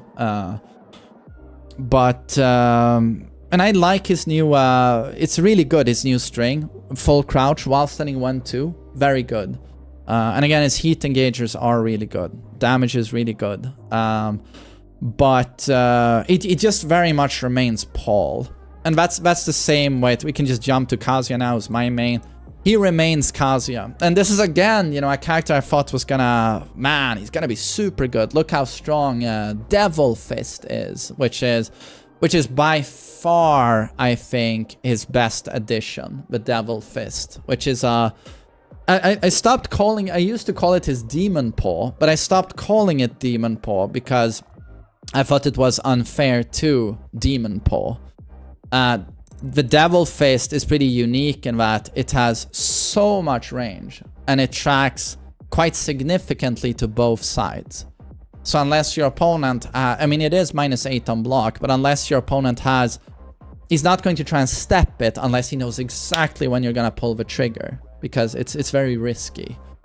But the Devil Fist is strong, and it's a heat engager, and when you use a heat engager, you get +17. Kazuya gets a free mix-up, you know, forward 3, or Hell Sweep.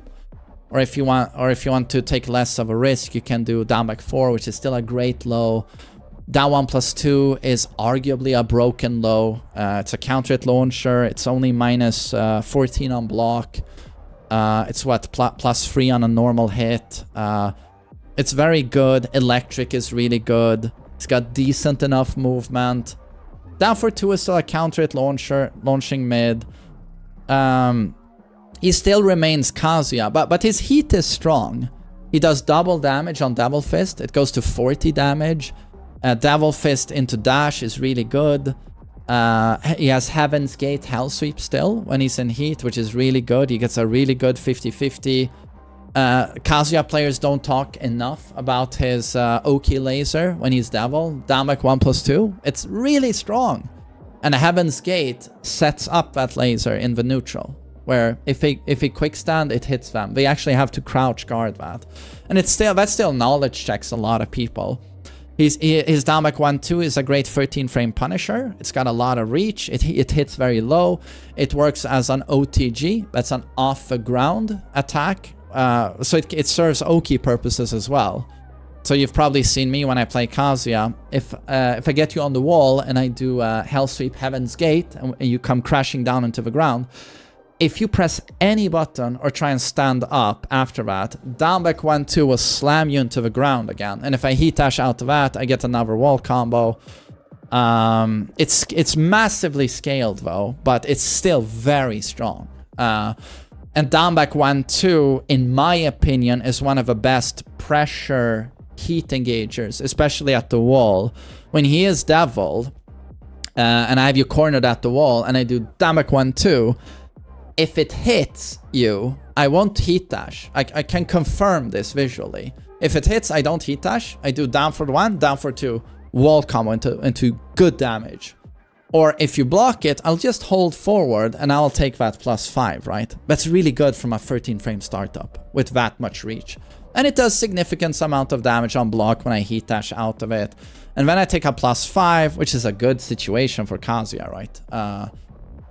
His heat smash is a little bit underwhelming in my opinion, where everyone else has sorry, this is my main, so I'm gonna talk a bit here.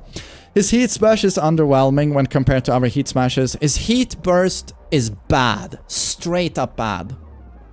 I don't know if you guys stop to think about this stuff, but heat burst is a very, very important mechanic. It's just a quick way to just reset neutral, get off me into +1 on block. It's very powerful. Usually they have a ton of reach. His is insanely bad. It has no reach, and people who know what they're doing when they're playing against Kazuya and they see you heat burst, they're so quick on the draw on the whiff punish because it will so often whiff. Weak heat smash is not a good thing in Tekken 8. Weak heat burst is not a good thing in Tekken 8. And then generic full crouch right kick, you know, generic low poke. That was made -15 across the board. Twin piston will usually whiff. His while sending 2 is 16 frames. His rage art is really bad in terms of combo and hitbox. It's really bad. But all in all, he has a lot of great things going on. Like, Kazuya is a very solid character. You have a lot of great things, especially that down back 1-2 OTG. Devil is strong. It's a strong 50-50. Devil Fist is super nice. Electric remains a super strong tool. That down 1+2 is super strong. It's pretty much an OP low. Devil Steel Pedal is so strong. His biggest problem is that he's still playing Tekken 7 Kazuya, a stronger version, but he's still so limited and he's forced to block all the time. And these guys, it's just such a rush down, and I just feel like these characters, they don't keep up with whatever these characters are doing in the end. But they're still very solid. If you're a great Kazuya player, nothing's holding you back. You're gonna do really well. And you have great tools like Devil Fist. It's just that everyone else is doing slightly crazier stuff. Or they have an easier time. They have easier mix-ups. So that's what I'm trying to say. You still have great things with these guys. It's just that they don't operate on this level. They don't.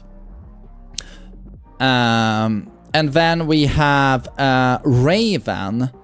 Raven, again, I'm putting him this low. Again, this is one of the characters I've labbed the least. He has a lot of great stuff, but again, when I compare to what these guys are doing, I'm just like, I need to see more. I just need to see more. Standouts on this character is down forward 1 that is homing. Yeah, his down forward 1, the universal mid check. 14 frame startup, -2 on block, it's homing, does decent damage, and if he knows he's going to hit you, he can do down forward 1-4.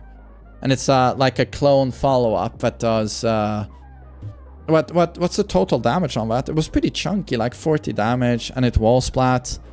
He still has good mid checks. Down back 2 is still it's his classic elbow that Master Raven would do as well. A super good mid check. Can do down back 2-1 still. You can do down back 2-1 into clone. Core Circle Forward 4 is a great keep out tool. While standing 2 is still a super good counter hit move. He still has a 14 frame launcher in while standing 1. So that's a full crouch though. His Hell Sweep has been buffed. The full crouch down forward 3-1. He can go into multiple mix-ups after that.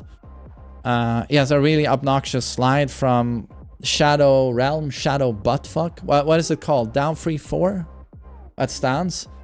Very obnoxious slide from that stance.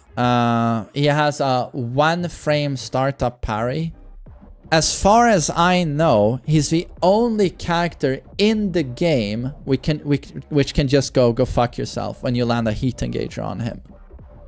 Heat engagers are +17. So let's say I'm playing Kazuya against you. Against every single character in the game, if I land a heat engager on you, if I do now a Hell Sweep or forward 3 mix-up, you have to take the mix-up. There's nothing you can do. He has a 1 frame startup parry, back 2-4. He does that, and then he disappears, and he lands to safety 5 meters away. 1 frame startup parry. If you land a heat engager on him, he doesn't have to take your mix-up, because it also beats lows. Same thing if I do the Hell Sweep. The parries lows. And throws as well, if you happen to try a throw. I think it even parries Heat Smash. And then he has a teleport backswing blow, back 1+2, which has a 5 frame startup, I think. 5 frames. He just disappears. And comes back with a clone attack. He has very high combo damage. His wall combo damage is high. He still has a G-Clef in 1-2-4. I guess decent enough low pokes in down 3. Is Quarter Circle Forward 1 reactable? Well, oh no, he has a mix-up there. Quarter Circle Forward 1 or Quarter Circle Forward 1-2. He has a okay throw game. He has a 1 break and a 1+2 break. But I mentioned Quarter Circle Forward 4, right? It's a really strong keep out button. From back turned, he has disgusting 50-50s. I think he has a low launcher and a mid launcher from back turned. A launching slide. He has a launching slide. I don't know. I feel... Oh, free is a mid check. Mid high that jails. Good mid check. I don't know. Do you guys want to say anything else about Raven? I think that's it, to be honest. It's just he has a lot of cool tools and he can knowledge check like crazy, but he doesn't strike me as very strong. Doesn't strike me as very strong. And then we have Claudio. Oh, sorry, I'm gonna drink a little bit. Man, when did I start this recording?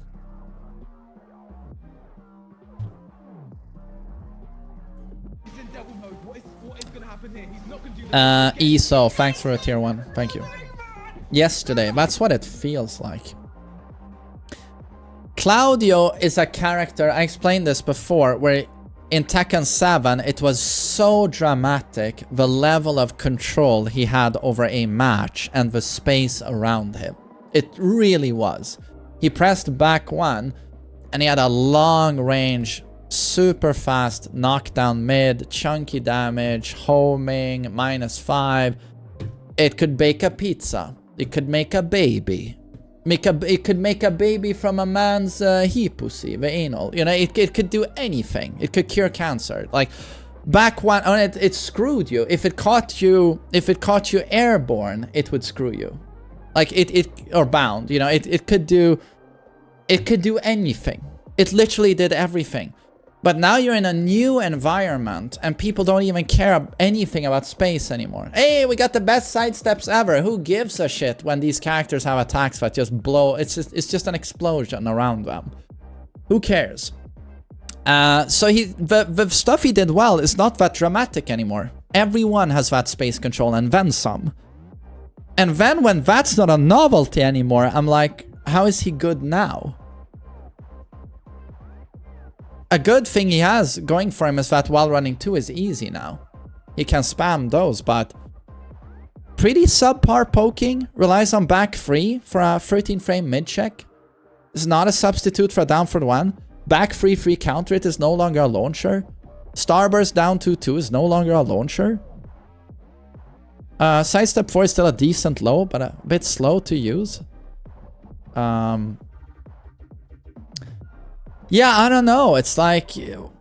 And then his heat is strong, though. Like, super while running 2 does a bazillion damage. Down back 1-2 is a great heat string. It's super plus on block, although you can step the second hit. I'm guessing a strong player might actually do that on reaction. If they've seen it enough, the animation. Thank you, Wormy. Please allow me a few moments to finish this, and I'll thank you soon. He has a DP, down back 1+2, which is a launcher in heat, and it's safe on block when he's in heat. That's really good. But most importantly, he gets a power low, a fast power low when he's in heat, which is what this character really needs, which is a 40 damage hell sweep. He also gets a projectile in 4-2, which is pretty interesting. But I don't think all of that makes up for the fact that he's just not very dramatic anymore. He almost feels, outside of the heat, he kind of feels toned down, doesn't he? And everyone else is stronger, you know. But the heat is good. Yeah, I don't know. Claudio seems painfully honest in this game. Painfully honest. And then we have Jack, and Jack is such an interesting case study in this game. Like, everyone's like, oh my god, he's god mode.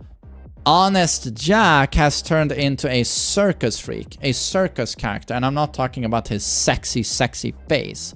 I'm talking about the fact that they turned this pretty sluggish, well, not sluggish, but strong fundamental character, strong backdash, not much of a sidestep, relied on whiff punish, his long arms, clean poking, and throw mix-ups, and punishing you.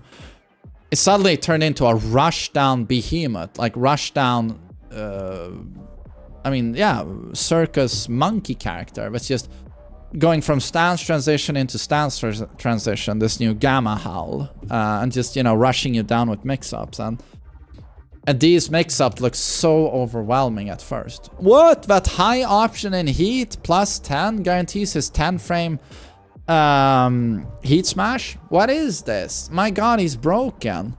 And then his damage was broken. Like, he used to do back 1-2 into Blue Spark Megaton upper into what? 150 damage? Like, he can still get good damage, but it relies on getting a pretty obscene launcher, like down 1+2, or charge for 2, or, you know, down for 2 into charge up.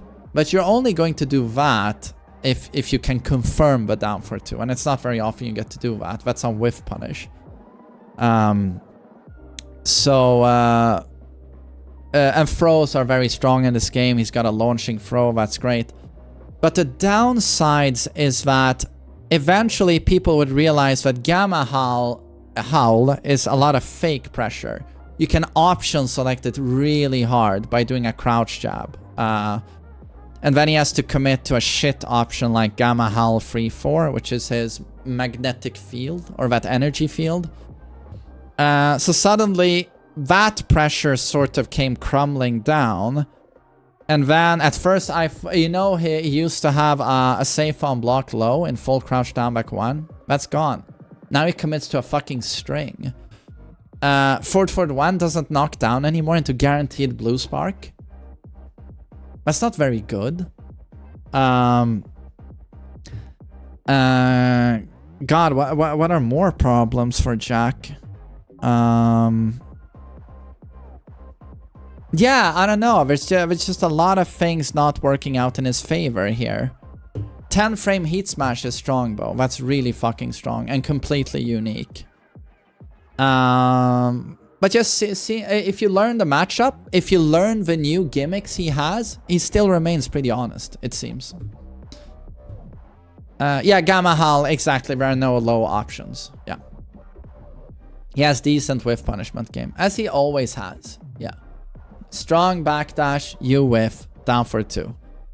Yeah, not that strong. Steve, I feel is, again, I haven't played that much Steve, but I don't know, he just feels like trash in this game. He just feels like trash.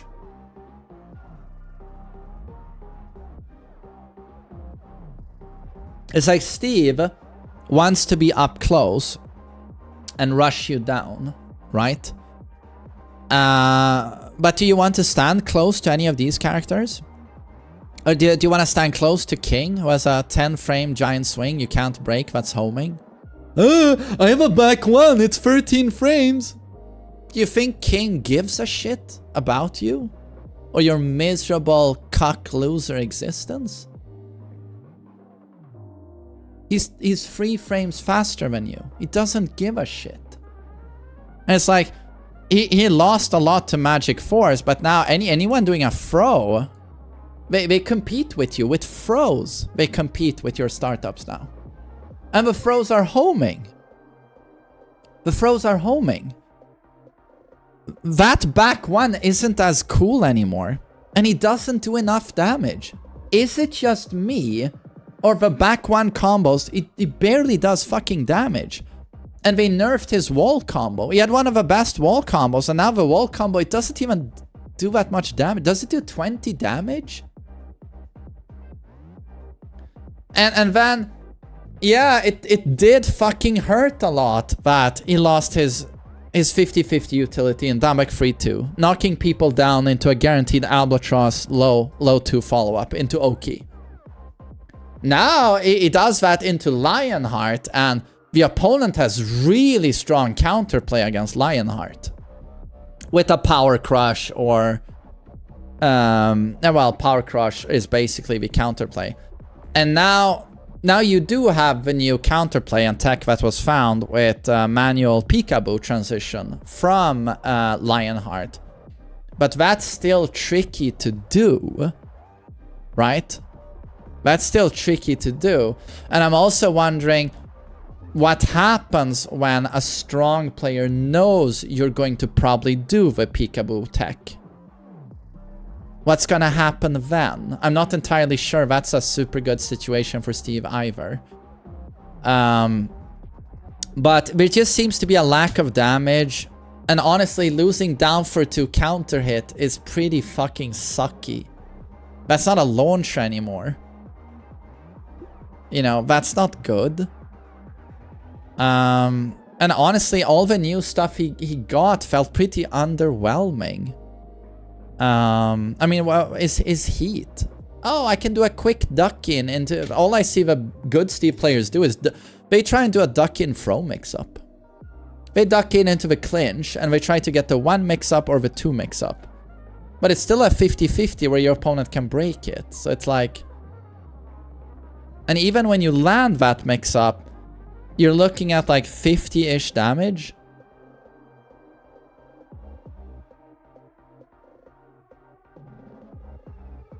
And you know what's another problem for Steve? His shit punishment. But even outside of the shit punishment, like he can't block anything and launch you anymore, right? Standing. But another fucking problem for him is the system changes.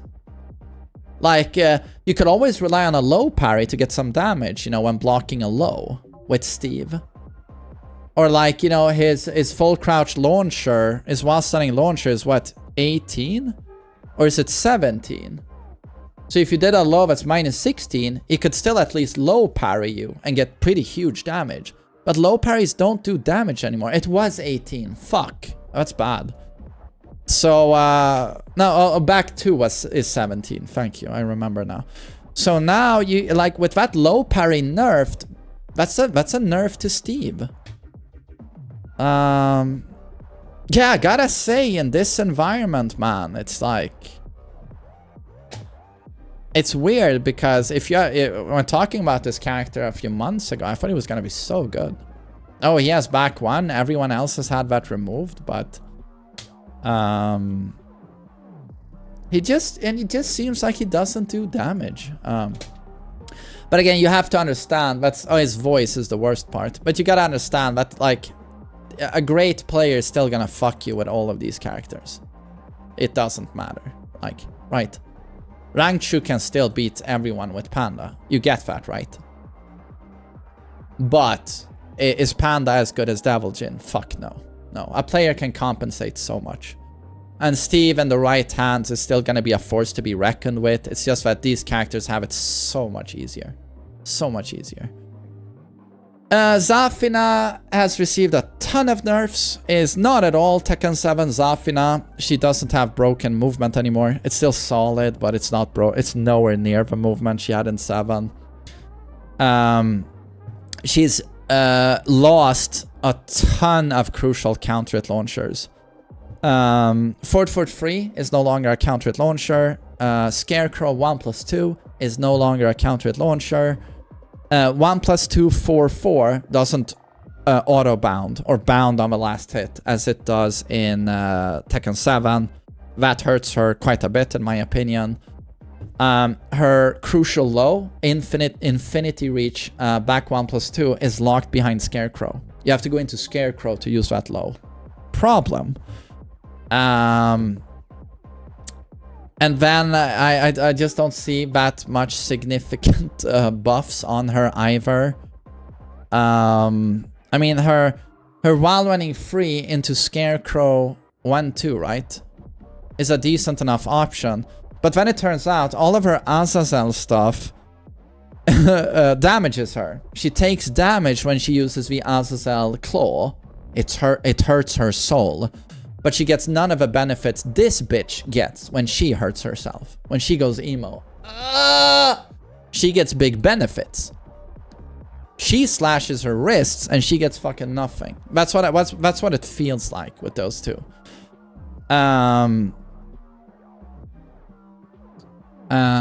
Yeah, she cannot heal. She can heal. Yeah. She has an Estus. She has fuck all. Yeah. Soul level 1, no Estus.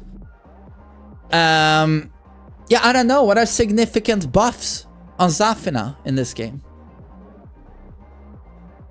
I just feel like you got it's a bit like Leroy where you got hit on the kneecaps. What are the buffs? Her heat smash is fast. Oh, 12 frames, right? Yeah.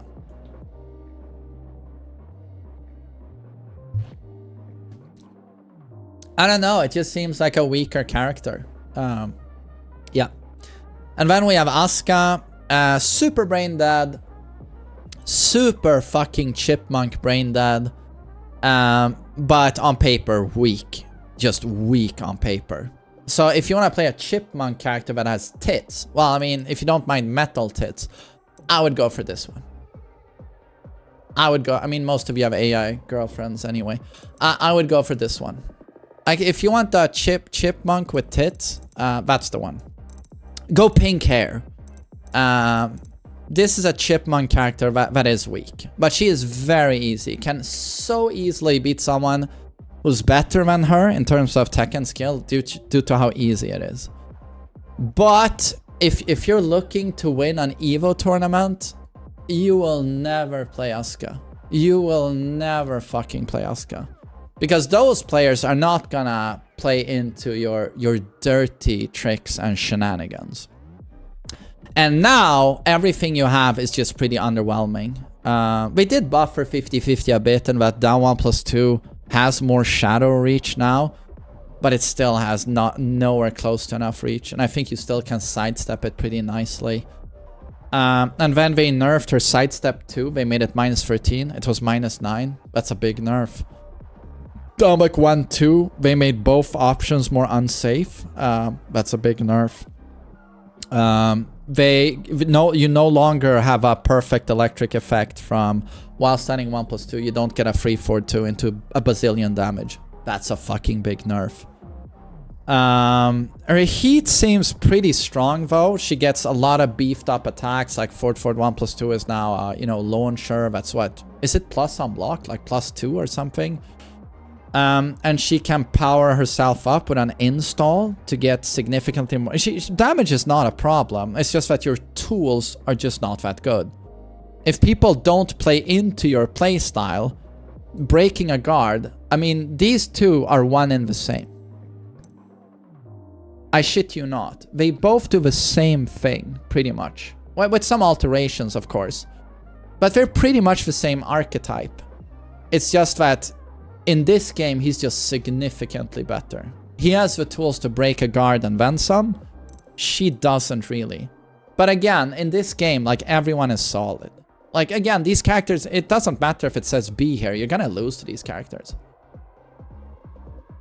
Again, as I tried to tell you at the start, this is a balanced game. This is not. This is a balanced game. This is not. That's the reality of Tekken 8, and it was the reality of Tekken 7. So Kuma is better than Panda. If you're confused as to why they're not close to each other, it's because he gets an electric, and the electric is dumb as fuck. She doesn't get the electric, and I think he has a better heat smash as well. That's it. That's why he's higher. The electric is +5 on block. It's a special mid, means you can block it crouching or standing, but it's still super dumb. Like, there's no execution. He just presses a button, and he can loop it like endlessly as long as he has heat, and it's like +5, +5, +5, +5.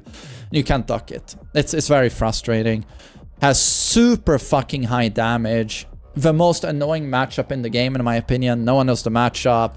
Hitboxes are broken. They're janky. Nothing works. You do a wall combo, it doesn't work. Sometimes it works. Sometimes you end up on the other end.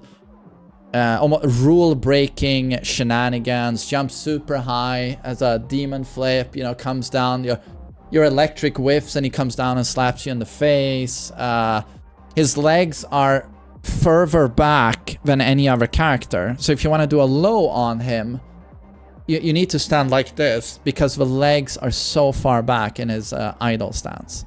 No other character does that. It's just so fucking obnoxious. You see the face. I mean, and you know, all these funny, goofy YouTubers who do funny montages. Who do they all play? Why do you think they do that? Because you go and funny things happen, and the opponent gets super fucking annoyed, and it's just a clown. It's a fucking clown show. The insufferable matchup, but is it a strong character? No.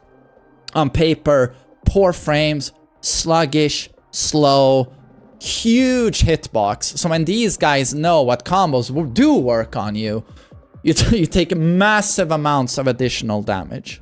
Massive amounts of additional damage. Yeah, that's why he's here. And same thing applies to Panda. But again, has less heat utility. Kuma is the superior bear due to bear rectric. So the last character I'm going to talk about is Leroy. Leroy is an interesting case because I think he enjoys a decent enough win-loss ratio, but he's super fucking shit on paper. And the reason he enjoys a decent enough win-loss ratio, for example, these two are at the bottom of win-loss ratio. Overall, she gets dumpstered harder than any other character in the game. And you're like, why? She's so strong, right? Very difficult to pilot. Very complicated character. He has the worst win-loss ratio when you are in high ranks. And that's because when a pilot is strong enough, she has super overwhelming pressure. When a pilot is strong enough, he never has super overwhelming pressure unless he's already vortexing you. This guy is forced to block all day long in high ranks, and it's very hard to do in this game. Very hard to do. So that's why he loses the most in high ranks. But that doesn't stop a character like Leroy from doing better than those two, even though he's at the bottom of a tier list. Why is this? It's because he's easy to pilot. He's an easy character, and he's very overwhelming in his offense, with his stances and his strings, with built-in parries everywhere. If people don't know the matchup, they get steamrolled. A lot of people are still very unfamiliar with the matchup, because in a game like Tekken, which is 3 decades now, 30 years, it's so fucking legacy that you're still considered a newcomer when you are already 5 years old. He dropped in 2019, if my memory serves me. 2019. He's still seen as fresh newcomer. It's also because it's so overwhelming, this game. There's so many characters, there's so many moves. People are still pretty unfamiliar with this character. So a lot of people just auto lose. And he's also helped by the fact that he's bottom 3 popularity. You never see him, so you don't really get the time to adjust to the matchup. But when you do, he's pretty fucking shit. He got... I think it was by the end of Tekken 7, he had accumulated over 4 seasons. He accumulated a total of 100 nerfs in total. I think Facum Ramos had a total of 70. I think Lydia matched that at 70. But he accumulated over the span of those years 100 individual nerfs. And it doesn't end in Tekken 8. When someone like this doesn't get nerfed, the developers say, he had unintended high damage on back 3-4. He had unintended high damage on down 1-2. Hello? But why can't he cancel his Jaguar sprint? He should be able... He shouldn't have to commit. Yeah, he runs at you. 147 kilograms of pure testosterone with an unbreakable RKO. With armor. But he shouldn't have to commit. He should be able to cancel the Jaguar sprint. To be honest, I just don't know. I give up on trying to understand the developers. Yeah. But Leroy had unintendedly high damage, so that was nerfed. He keeps rolling nerfs, so he's at 110 nerfs now, probably. Probably Guinness World Record here in nerfing. And then for Tekken 8, and this you did not see in patch notes, but I labbed him, and a lot of the tools that were really good actually in Tekken 7, like his homing hell sweep, his back 4 homing, his back 1+2, 12 frame counter at mid, his down forward 1, all of those crucial tools were nerfed into the fucking ground. And down back 4, which is his really good initiation. I'm not gonna get. I'm not gonna go into detail on all of that, on how all of those were nerfed, but they were all nerfed into the ground. And then I feel that what he got outside of that is some nice novelty stuff, like a down back 3, a low that is safe on block. He can parry to catch you doing a while standing 4, for example. But if you wait out the parry, you launch him. So yeah, on paper, right? Down 3-2 remains a bit obnoxious. Don't get me wrong, I'm not saying he's completely useless. You have to understand what I said before. Like, all of these guys can compete, you know, but it's just that he just, compared to what even these guys are doing, I feel like you're at a setback playing Leroy. And then if you play against these guys, it's a bit unfair, yeah. But again, I have to say that these guys are unfair compared to all of these guys. But yeah, Leroy, I don't see his heat being very strong either. He seems to rely on doing a lot of machine gun punches, Ip Man style, into high chip damage. But doesn't seem that good to me. And that's why Leroy is down there. And yeah, that's gonna conclude this list. I gotta say, I'm pretty happy with this recording. I think I actually gave everyone some comments, and it was pretty good. So I'm kind of happy with this one. And then in terms of the placings, I'm really happy with this list. Could you probably potentially critique some of these and maybe swap them around a little bit? You probably could. But if you look at this list, I'm pretty certain this represents... It's a good, pretty accurate view of where things are right now, I think. But so yeah, I hope you enjoyed this tier list, and I hope you all have a great day. Take care. Thank you.